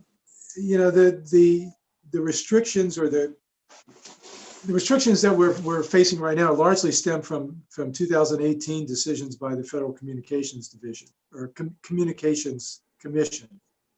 And we're about to have a change of administration. We're about to have 101 senators in the Senate now because of the 50-50 tie. And the party representation of the Federal Communications Commission generally turns over and matches that of the White House. So I'm just wondering if there's any thought, any prospect that some of these positions that the FCC has taken in the past could be modified some way under a different administration. It just seemed worth exploring with some of the federal legislators. How about the possibility, and I thought about this yesterday and didn't talk to Jim about it yet, so it's new to him. How about the possibility of us putting together a quick, short and dirty letter with our problems and send that same letter to our state reps, our governor, our federal reps, and say, we need help. Here's what's happening to Dewey, and we need assistance on this. Would that be all right with you guys? I don't see the downside of that. See, there is no downside. I don't really see an upside, quite frankly, because by the time we get, even if they did decide to go to reopen public hearings on this, I mean, you're talking about, I believe this original legislation took about 2 years before it got into passed by the FCC. So, we'll you're right. It may be a dead end. Yeah. Yeah. So Mr. Dees, if you and I get together maybe tomorrow and start try to very quickly get on this, and not a long drawn out who struck John, and I can start working on have something ready by next week. By when? I can probably have something by Monday. Okay, you and I together, and yeah, we can do whatever we need to do. No problem. Yeah, are the commissioners all right with that? Yes. Okay, very good. Yeah, very good. I'm not going to get you into something that you don't want. So, I tell you, I've been saying at every meeting since this started, I've been filling you in on everything that's been happening. Jim and I are very, very frustrated over this because I keep saying we're going to have a picket fence of telephone poles at the end of our streets, because we still have, Verizon is the only actual telecommunications company that, excuse me, that has applied and put in poles. Tilson is an infrastructure company that's applying and getting approved to put in poles, and they've now overlapped. We haven't heard from AT&T yet, and we haven't heard from T-Mobile yet. So you can imagine, folks, that it's going to be a problem, and I'm worried, very worried about it. And I don't know that I think we're spinning wheels because I think they've got us blocked at every angle right now. I just wanted you to know that. And go ahead, Jim. The other thing I wanted to comment on, we talked about the beach lands and a resolution to add for clarification with our existing memorandum of agreement that we have with the Department of Transportation. They're in agreement to add language that we proposed with our resolution, our draft resolution, to accept that, which gives us a little bit more of control on the very beach ends. Up to the right of way would be our right of way that we would be looking at. That would give us an additional 8 feet from the end of the paved road towards the east side of the dunes, and 8 feet on both sides. And I think we'd be in a better position to approve or not approve, depending on how we feel regarding 5G in the future. But we don't have anything in the books. Right now, their interpretation is we control that area. And our interpretation is we control that area. That's why this resolution has been drafted, and I just want to bring it to your attention that we'd like to get that approved and signed off by the commissioners. And they want to send it to their attorneys, and their attorneys have reviewed it, and they'd be willing to approve it. So that will be, that along with the town manager possible hiring contract will be next Wednesday, correct, Jim? Yes. Yes, that's right. So any further discussion on that item? Hearing none, let's move on to the next one, which would be then we'll move on, instead of 3, we'll move on to 4. And I'm proposing to ask you a question now, and then I'll ask you to maybe address the next 4A, B, and C as one item. Is there any changes that anybody wanted in 4A, B, or C in the applications that were sent you guys? Seeing none, is there a motion to accept applications as written in 4A, B, and C? Can I just make one? I'm sorry, Joe. Go ahead, Mr. Stevens. One of the conversation items that supposedly will come out of tonight's meeting with the Budget and Finance is a conversation around our fees and fee structures, and a potential proposal, I believe, back to the commissioners if there are any proposed changes. And I'm not sure if that was communicated to you, Mr. Mayor? I don't. Was there another comment from somebody? No, I don't know for a fact that the fee structure would change on these. And that's what Mr. Davies had asked, if there was an ordinance, if what we need to do internally, if we did want to change those fee structures, like what are his comments? That's a very good point, Mr. Stevens. You're absolutely right, because the fee structures are on the application form. So he made a comment that if the rental license, for example, went up $10 for the residential, that would equate to around $7,500 in additional income for us, and it's really a nominal fee increase. And so I just want to put it out there to understand the protocol of if the Budget and Finance were to recommend minor adjustments to the fee structure, protocol for having the town possibly approve, the commissioners possibly approve it to secure more revenue for the upcoming fiscal year. The problem is, I think that we still have to make it a public vote on change of fee structures. That would mean public notice of a meeting. And that would say what, Ashley? It would have to be passed by ordinance because it's in chapter 93 of the code under fees. So it would have to be approved and motioned by ordinance to be changed. Right, actually, so when do these forms have to be approved?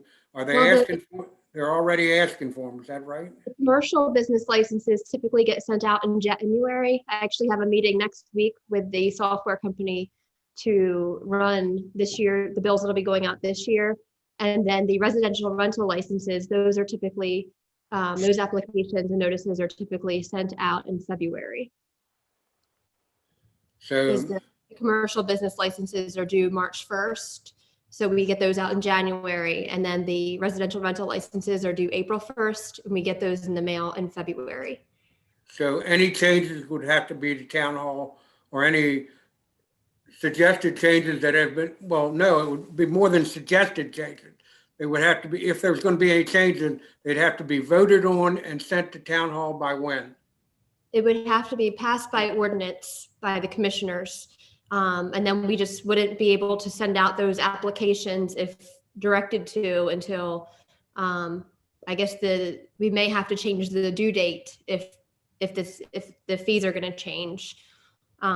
Because I don't believe we would be able to get the ordinance passed in the February meeting, and then they would be due March 1st. So that turnaround time, we would probably have to change the due date if the fee structure is going to change. So that's just for the business licenses, correct? For the commercial, right. The commercial, The okay. residential, we have a little bit more time on that because they're not due till April 1st. We typically don't send them out until February, but it wouldn't be, we could get it done early March if we needed to. Actually, for the application for the residential rental license, it has the fees on it. When is that application due for residential rental? It's due March 31st. The year begins April 1st. So if we did it, if we are able to do it in February, if we get a response from the Budget and Finance and put it on the agenda for the February meeting, we actually could do it. Is that correct? Residential, yeah, it would be more tough this year with the commercial, but residential would be much easier to meet that timeline. Go ahead, Mr. Stevens.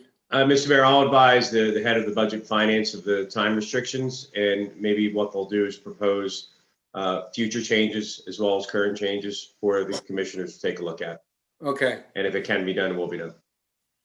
All right, thank you. So again, I'll ask, is there any, since nobody spoke up about wanting to change the forms, I'll ask one more time, is there any change on any of the three forms that we've discussed there for A, B, and C that you want to discuss? If not, we can just vote to, I'll take a motion. Mr. Bauer? Yeah, but one of the things that I was thinking of, when people rent a house, they have to buy a parking permit, right? Is there a way to connect these together somehow?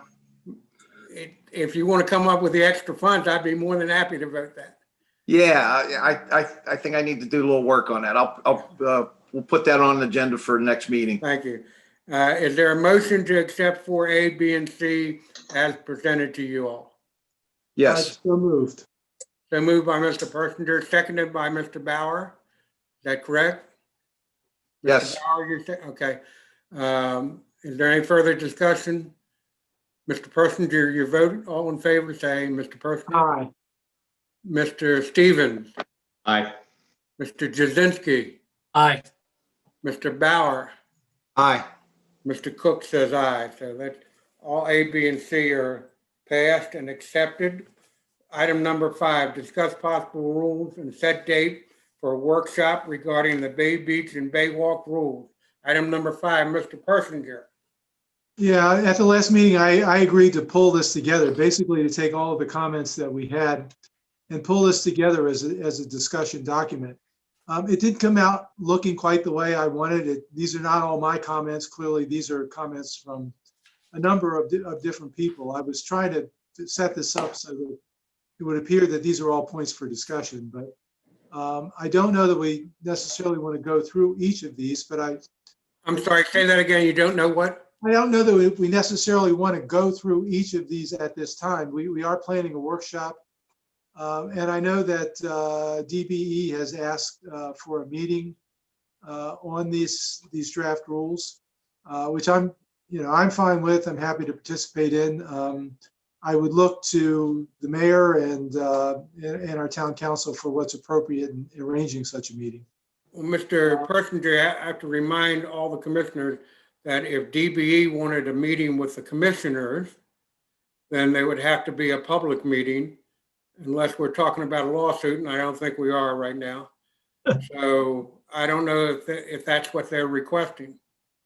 They are requesting not a meeting with all commissioners, not a public meeting at this point. I think they're just requesting to sit down and have a discussion about the draft document before we have the workshop. And then obviously they would participate in the workshop just as other members of the public would. Well, who would they sit down with? Well, that's my question. I said I would be happy to be a part of that, but I was looking to the mayor and to our town solicitor for any other appropriate representatives. I mean, if we could I could do it along with you and Jim Dedes, unless commissioners object to that. I mean, the mayor and Jim Dedes could do it. I would go along with that. I wouldn't have any problem in general, but I find it's a little sticky. I find it a little rough because, would we give that same right to any other group? Would we, why wouldn't it all be done in a public meeting? Well, that's why I'm looking for guidance on this. I'm not. Any comment from the other commissioners? Mr. Bauer? Yeah, let's have an online workshop for everybody. Let's let the input come from the people as opposed to us. Well, we are planning to do that. We are planning to do that, but it's just that DBE is requesting a meeting before we have the workshop. Again, not a public meeting, but one in which there's an opportunity to discuss some of these things with a commissioner and the mayor, or a commissioner and the interim town manager. Hadn't specified any particular attendees at that meeting. I'm going to ask commissioners directly what they think. So I'm going to come right down the line, and because I think we need to know. I see people kind of thinking about this very hard, whether the meeting would be proper or not. Mr. Bauer? Yeah, they're most involved. I mean, it's right there next to their property. So that would be like talking to a property owner adjacent to where something else is going on. I think it's appropriate to have a discussion with them. I'd volunteer for it. I use that beach every day. So it's something near and dear to me that I'd like to see how these rules are going to turn out. And I think I have a pretty good idea of how it gets used and some improvements we could do back there. Mr. Stevens, I'm sorry, Mr. Jasinski, your comment. I don't have a comment right now. No thoughts on it at all. Well, I mean, I think that we just need to candidly come up with a set of rules and just finalize them. I mean, it's not. Okay, Mr. Stevens. I agree with David. I think we need to come up with a set of rules and finalize them. I'd like to kind of discuss what the issues are. I think they've been following a certain set of rules, and I realize that they're different than the beach. Having a conversation with them would be like asking everyone that has a beachfront property what they think about the rules that we have on the beach. I think I think we need to look at what we're here to do, which is provide public safety and consistency and protect the residents. So I don't know that I think we should just evaluate the rules that we have in place and figure out what needs to be changed, if anything needs to be changed. Well, okay. Is that all? Yep. Thank you, sir. I am very leery of having, it's one thing for one homeowner to walk up to your house or to catch you on the street or to excuse me, or to deliberately call you and meet with you for coffee and to discuss something in their neighborhood. That's one thing. A whole nother thing to have a business that is very involved, and they've done a great job over there. I'm not saying they haven't, but try to persuade the commissioners what they would like. It's a whole another issue. If that meeting is going to happen, I would like to see our town attorney there. I would like to see Mr. Dedes there, and I personally would like to be there, but I don't have to be. But Mr. Persinger. What I'm hearing, it sounds like the sense is that we should not have that meeting and simply consider all of this in a public workshop. Let DBE have its opportunity to make its points, and other members of the public would have an opportunity to do so as well. And if that's the case, if that's the sense of the group here, I'd like to get some reactions to using this particular document as a discussion document for that workshop. Does it get all the issues in there? Are there some others that should be there? I would do some reformatting of it. I wouldn't have it look quite like this. Just make sure that these are all issues that are being raised for discussion. Based on all the feedback that we've gotten about proposed beach rules on the Bay side. I pretty much agree with you. Is there a date that you all would like to set up for a workshop? Maybe, what are we talking about? End of February, beginning of March? It's up to you guys. It sounds fine to me. Yeah, just because we'll get a variety. Sooner of the better. opinions. I think we can do it off cycle from the regular town meeting. Okay, sometime the end of March, I'm sorry, end of February, or beginning of March, not in cycle with the town meeting. Yeah. Is that Mr. Bauer, Mr. Stevens? Yep, that works. Mr. Persinger, are you all right with that? I'm fine with that. Do you have any specific dates that you're available, or you would rather not? You would rather just send it in to Ashley and say when you're available? The latter, I think, at this point. And say what? What you suggest, the latter, your latter suggestion, I think, is the best point. Send possible dates into Ashley. Okay, that sounds like a good idea. And she can use one of her apps to figure out the best time for the meeting. Then we have to make sure we get it publicized and make sure it's at the right time for the public as much as possible to be involved in it. Hey, Ashley, do you ever use Doodle for those meeting scheduling? It's a really cool little tool. No, what is it, Doodle? Yeah, it basically, you give people a bunch of options and they check all the ones that work for them. It just saves a lot of time. Okay, I'll look into it. Thank you. All right, if it's all right with you guys, then we'll move on to item number 6.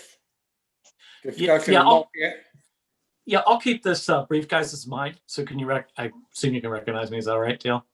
You'll think what? I'm assuming you can recognize me since it's my agenda item.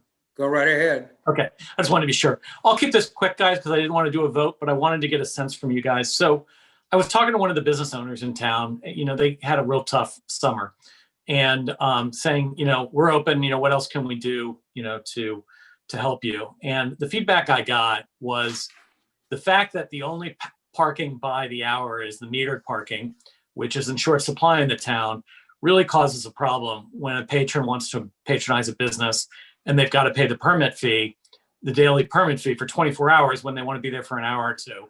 And that's $20, right?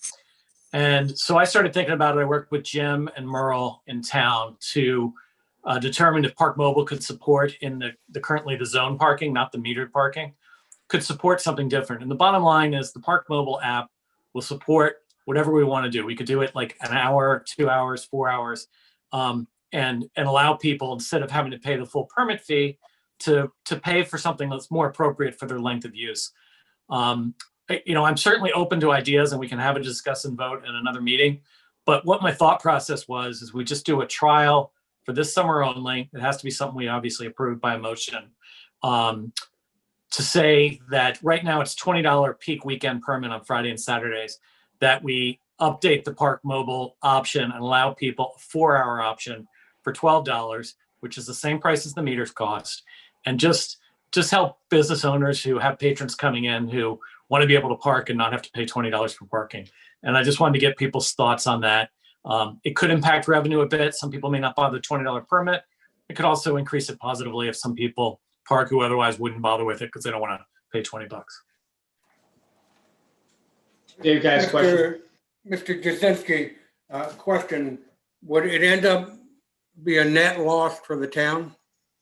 There's no way to really know, but you're gonna lose people who would pay $20 for an hour of parking while they go into a cafe and get a sandwich, and you're gonna gain people who wouldn't have ever parked there in the first place because there's no way they'd pay $20. it's hard to say it'll balance out. My guess, it's not going to be that huge. And my real focus, either way, it's not going to be that huge. And my real focus is helping out the business community.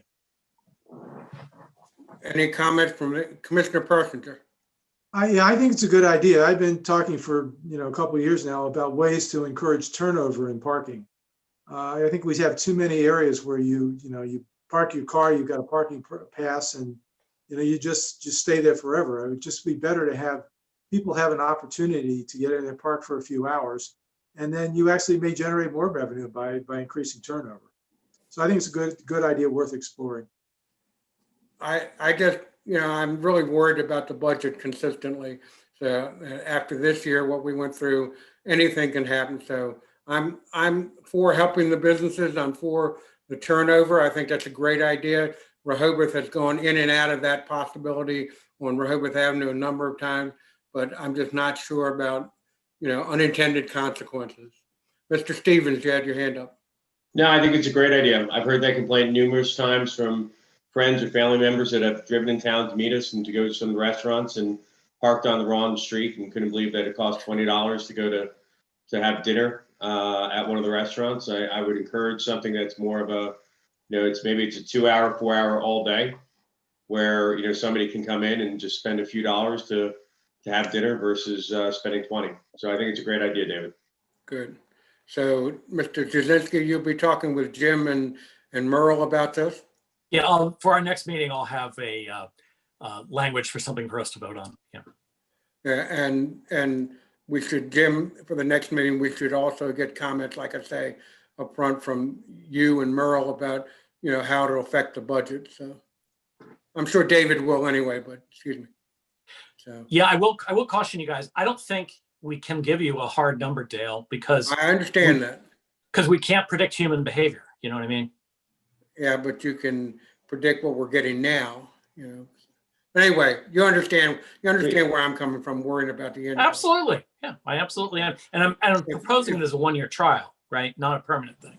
If there's no other discussion, then we'll move on to item 7, discuss and possibly vote to approve an ordinance to amend chapter 93 fees, section 93-1, building permits and request, limousines, business license of the municipal code of town of Dewey Beach, Delaware, related to building permit application fees.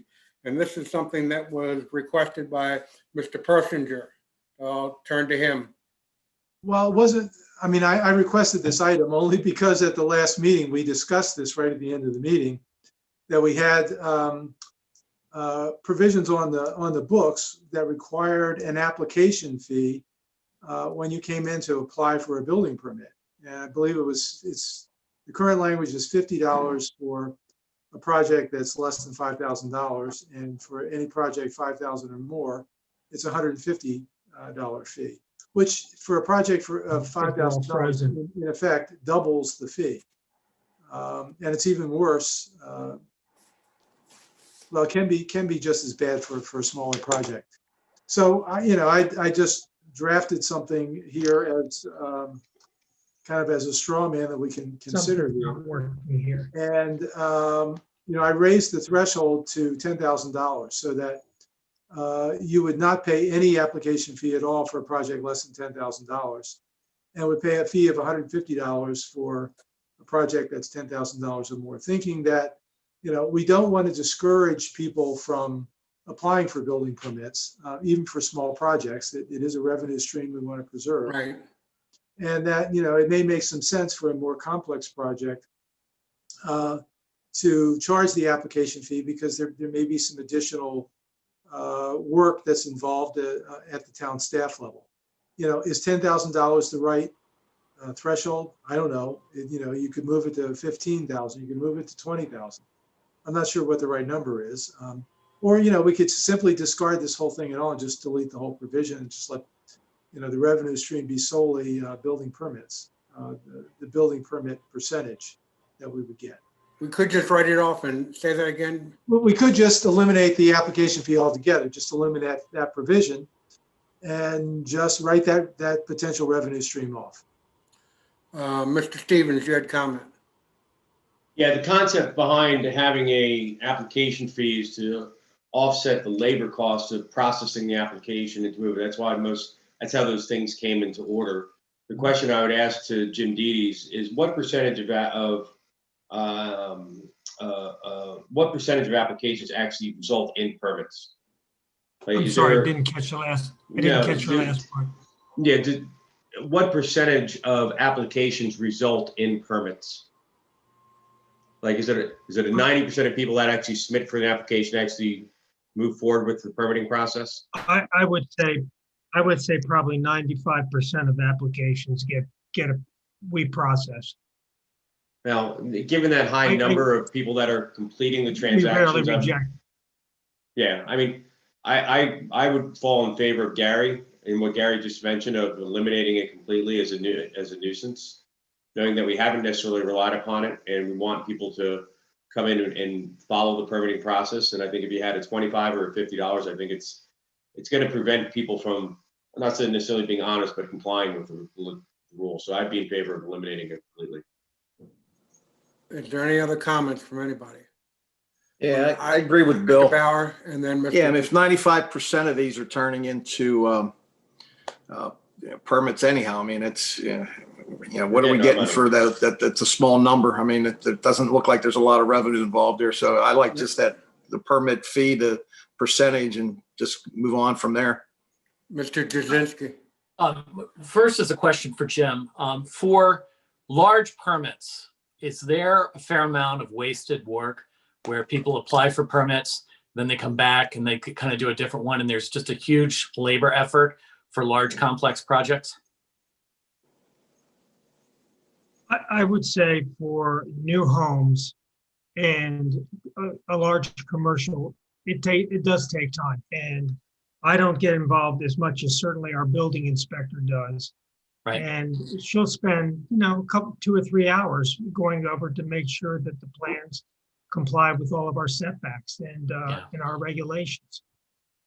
So if we're going to do something like this, my personal preference would rather it just be a percentage, and that way it scales up. The cost is de minimis on a lower cost permit, and on a higher cost permit, the cost is significant that reflects the amount of work effort that the building inspector needs to put into it. So that would be my feedback. If we're going to do something like this, you should scale up with the cost of the permit. Well, I'm going to make a comment. It was originally put in because it takes time to look at all these permits. And I agree that the smaller permits probably shouldn't have a fee for the application. And I like what Mr. Persinger suggested originally, $10,000 or more would have the fee to it. And I would not have a problem with that. You would still get permit fees, but not application for permit fees. So that would take care of the worry about the small individual that's just doing something small around their house. It's the bigger things like the homes, the businesses that are, really need to, in my opinion, need to help pay for the town. So Mr. Persinger. Maybe $10,000 is not the right threshold, though. I mean, there's not a lot you can do of a very complex nature for $10,000 generally. So I mean, I'm just wondering, maybe we should raise this and recognize that you really should be talking about projects that are considerably more expensive, that really do require some additional time on behalf of the building inspector. Well, my personal opinion is that we have enough people. I'm sorry, Mr. Stevens, go ahead. No, just, Gary, I agree with you. If there was I'm just trying to find the middle ground here. If it is up to $5,000, it's a $25, $500 to $5,000 is a $25 fee. That $5 to $10, it could be that great approach, but let's not forget, we are getting a percentage of the value of those permits in that pay for the building inspector and for the work to be done. I don't want to make it too complicated either. I agree. I think it's the way to make it not complicated and still get the fees is to say, if you're worried about 10,000 would still sort of put a burden on a homeowner, for instance, an individual homeowner, I would say take it up to 15,000 then. And that would eliminate all the individual homeowners who would be doing small items and items such as heating and air conditioning, which can get expensive. So let's make it $15,000 and to start the fees. What do you think, Mr. Persinger? I'm fine with that. I am also. Mr. Stevens, would you be all right with that? I'd be all right, but we're gonna get a lot of $14,995 permits going through Jim Dede's office. Well, we're not getting anything now, so. That, Mr. Jazinski, would you go That's along with fine. that? Yeah, I'll go along with that. That's Mr. fine. Bauer, would you go along with that? So, Great. Mr. Persinger, would you make a motion that Yes. include that in your? I move that we approve the proposed ordinance to amend Chapter 93 of the Municipal Code of Dewey Beach, Delaware, by deleting the existing provision 93-1C and amend it so that for any project less than $15,000, there shall not be an application fee. But for any project $15,000 or more, the application fee shall be $150.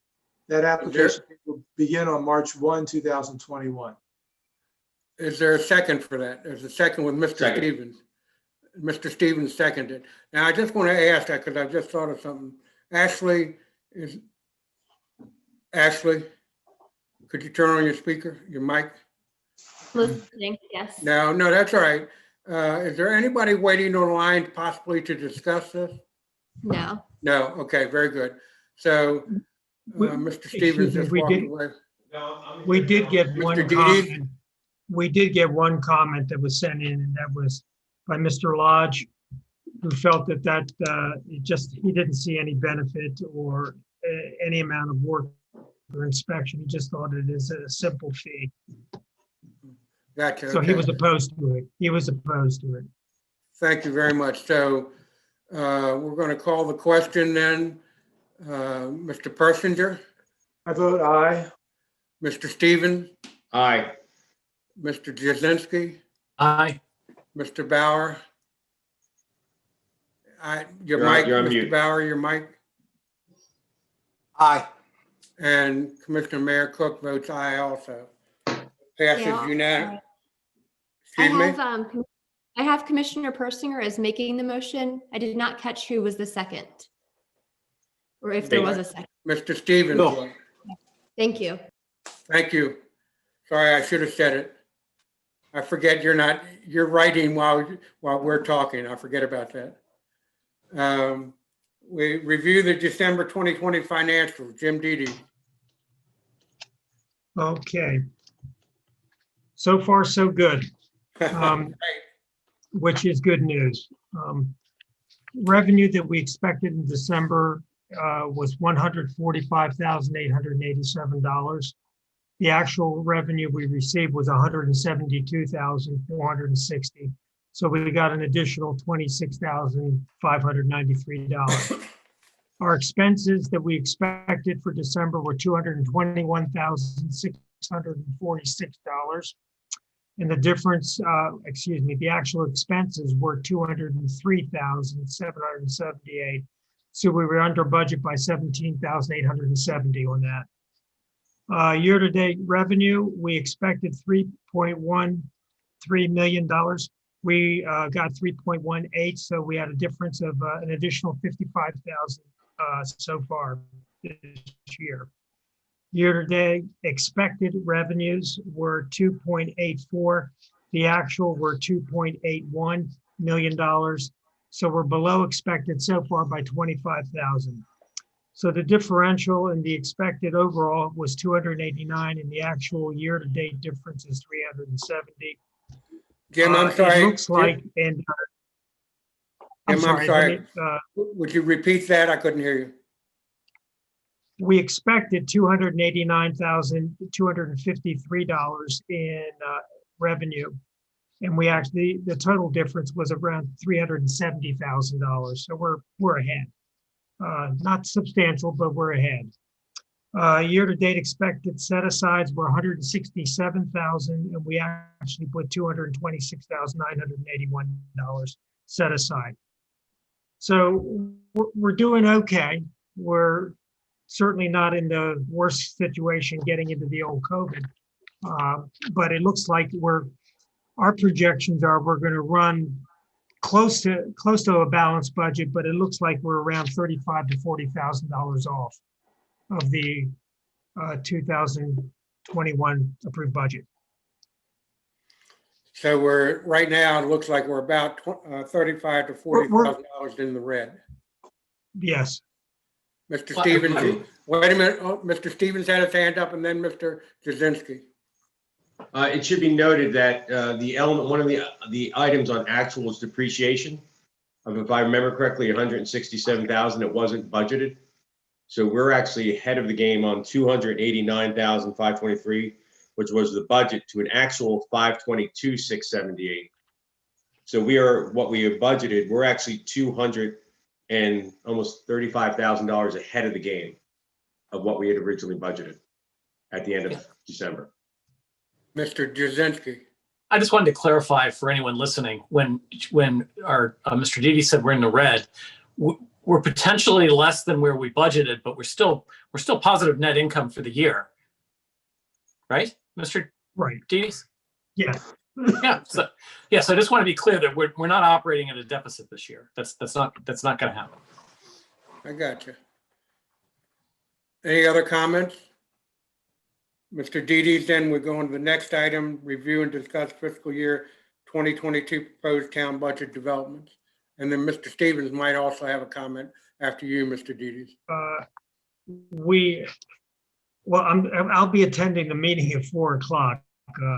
I had some discussions. I had some preliminary discussions earlier with Dave Davis and Joe Capello regarding the building permit issues. And I think we basically just had some understandings that we had to come to. There's been a proposal to put in a 4% budget increase for salaries. The projection that Dave Davis asked for and I asked for was to come in with a 2%. Just as a point of clarification, a 4% budget for the increase in salaries for employees is about maybe $37,000, and a 2% would be about half of that. So I just wanted to get people to understand that. But on the other hand, it's a perpetual cost. So those are the kind of things that we'll be discussing later this afternoon. And Mr. Stevens, did you want to make a comment? I'm sorry, Mr. Well, I just wanted to make one last comment. One last comment. It has to do with the transfer tax. And, this year was a booming year in transfer tax. And the issue that Mr. Stevens brought up earlier is it is something that, we really can't predict. We're going to come in probably with a budget a little bit less than what we got this year. But then again, you just don't know what's going on. We do see, I have noticed that our building permits went up a little bit this past month. And I would assume if COVID ends, we'll probably see more building in. But again, those are the only comments I have.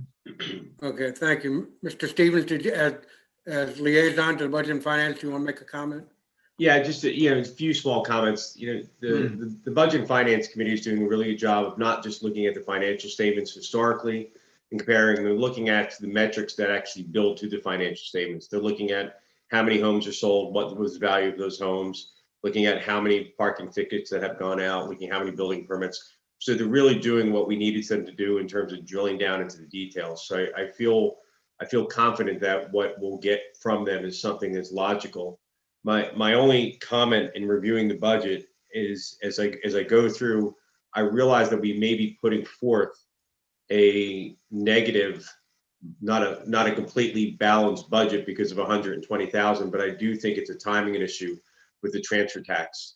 And so I just want the committee, the commissioners, as well as the public, to understand that We are, Jim, correct me if I'm wrong on memory, we're $300,000 ahead of transfer tax and budgeted so far this year. We thought we were going to be 650 or 950.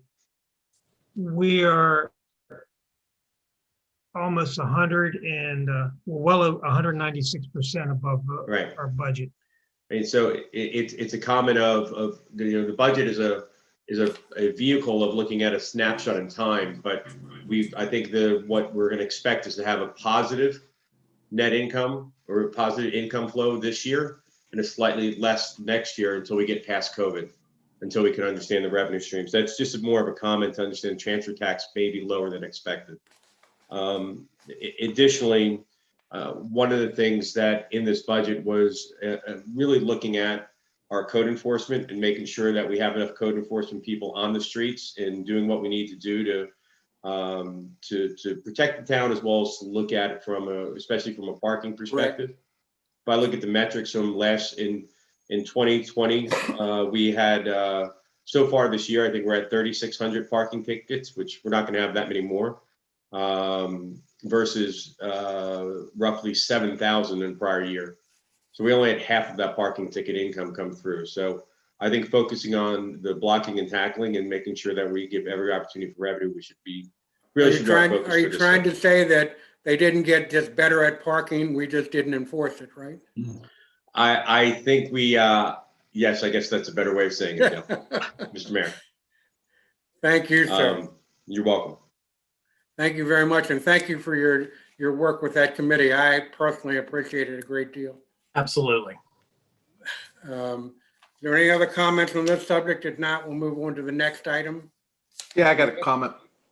Comment, Mr. Jasinski? Or no, Mr. Bauer, I'm sorry. Yeah, Bill, since we're only gonna be able to have a couple people make comments here at the Budget and Finance, typically I think we sell about 50 homes a year. So do we know how many, and Jim, you may know this number, do we know how many homes sold this year? No, I don't have the exact number. Yeah, I mean, that would be an interesting But I number can- because I think COVID accelerated people buying homes here and there's very little inventory. So going into next year, it might be a little tough to hit the same numbers we did this year. Is this a pricing increase or a volume increase or both, right? Yeah. Right. Wait a minute, Mr. Stevens, you had your hand up. Yeah, Paul, to give you an example, in 2019, there were 79 homes that sold. In fiscal year 2020, there were 72 homes that sold. And for the first 8 months of this fiscal year, which is through November, I don't have December's, there were 87. Yeah, but do you also have the number of building permits? Building permits different between houses being sold. Yeah. Why don't we go on to the next question? And I'll No, see if I can yeah, answer I that. agree. I'm just saying that the comment was we get a lot from new home construction, so. I believe building permits are consistent with prior years in year-to-date function. That surprises me. All right, I'm sorry. I apologize for interrupting you, Mr. Stevens. Is there any other comments about this item? We've got about 8 minutes before, anyway. For the anything budget else? finance meeting. Then we'll go on to the next item number 10, discuss and possibly vote to approve the 2020 Volunteer of the Year. Normally, it's the mayor that nominates and the commissioners that vote yes or no. I hereby nominate the chair of our election committee, Elaine Bold, for the excellent work that was produced this year in very hard times in the COVID situation running the election. Do I hear? I second. Mr. Jasinski, you proposed it? Well, I'm either motioning No, I nominated your. So I seconded it. No, okay. Do you need a second or Okay. you just need a motion?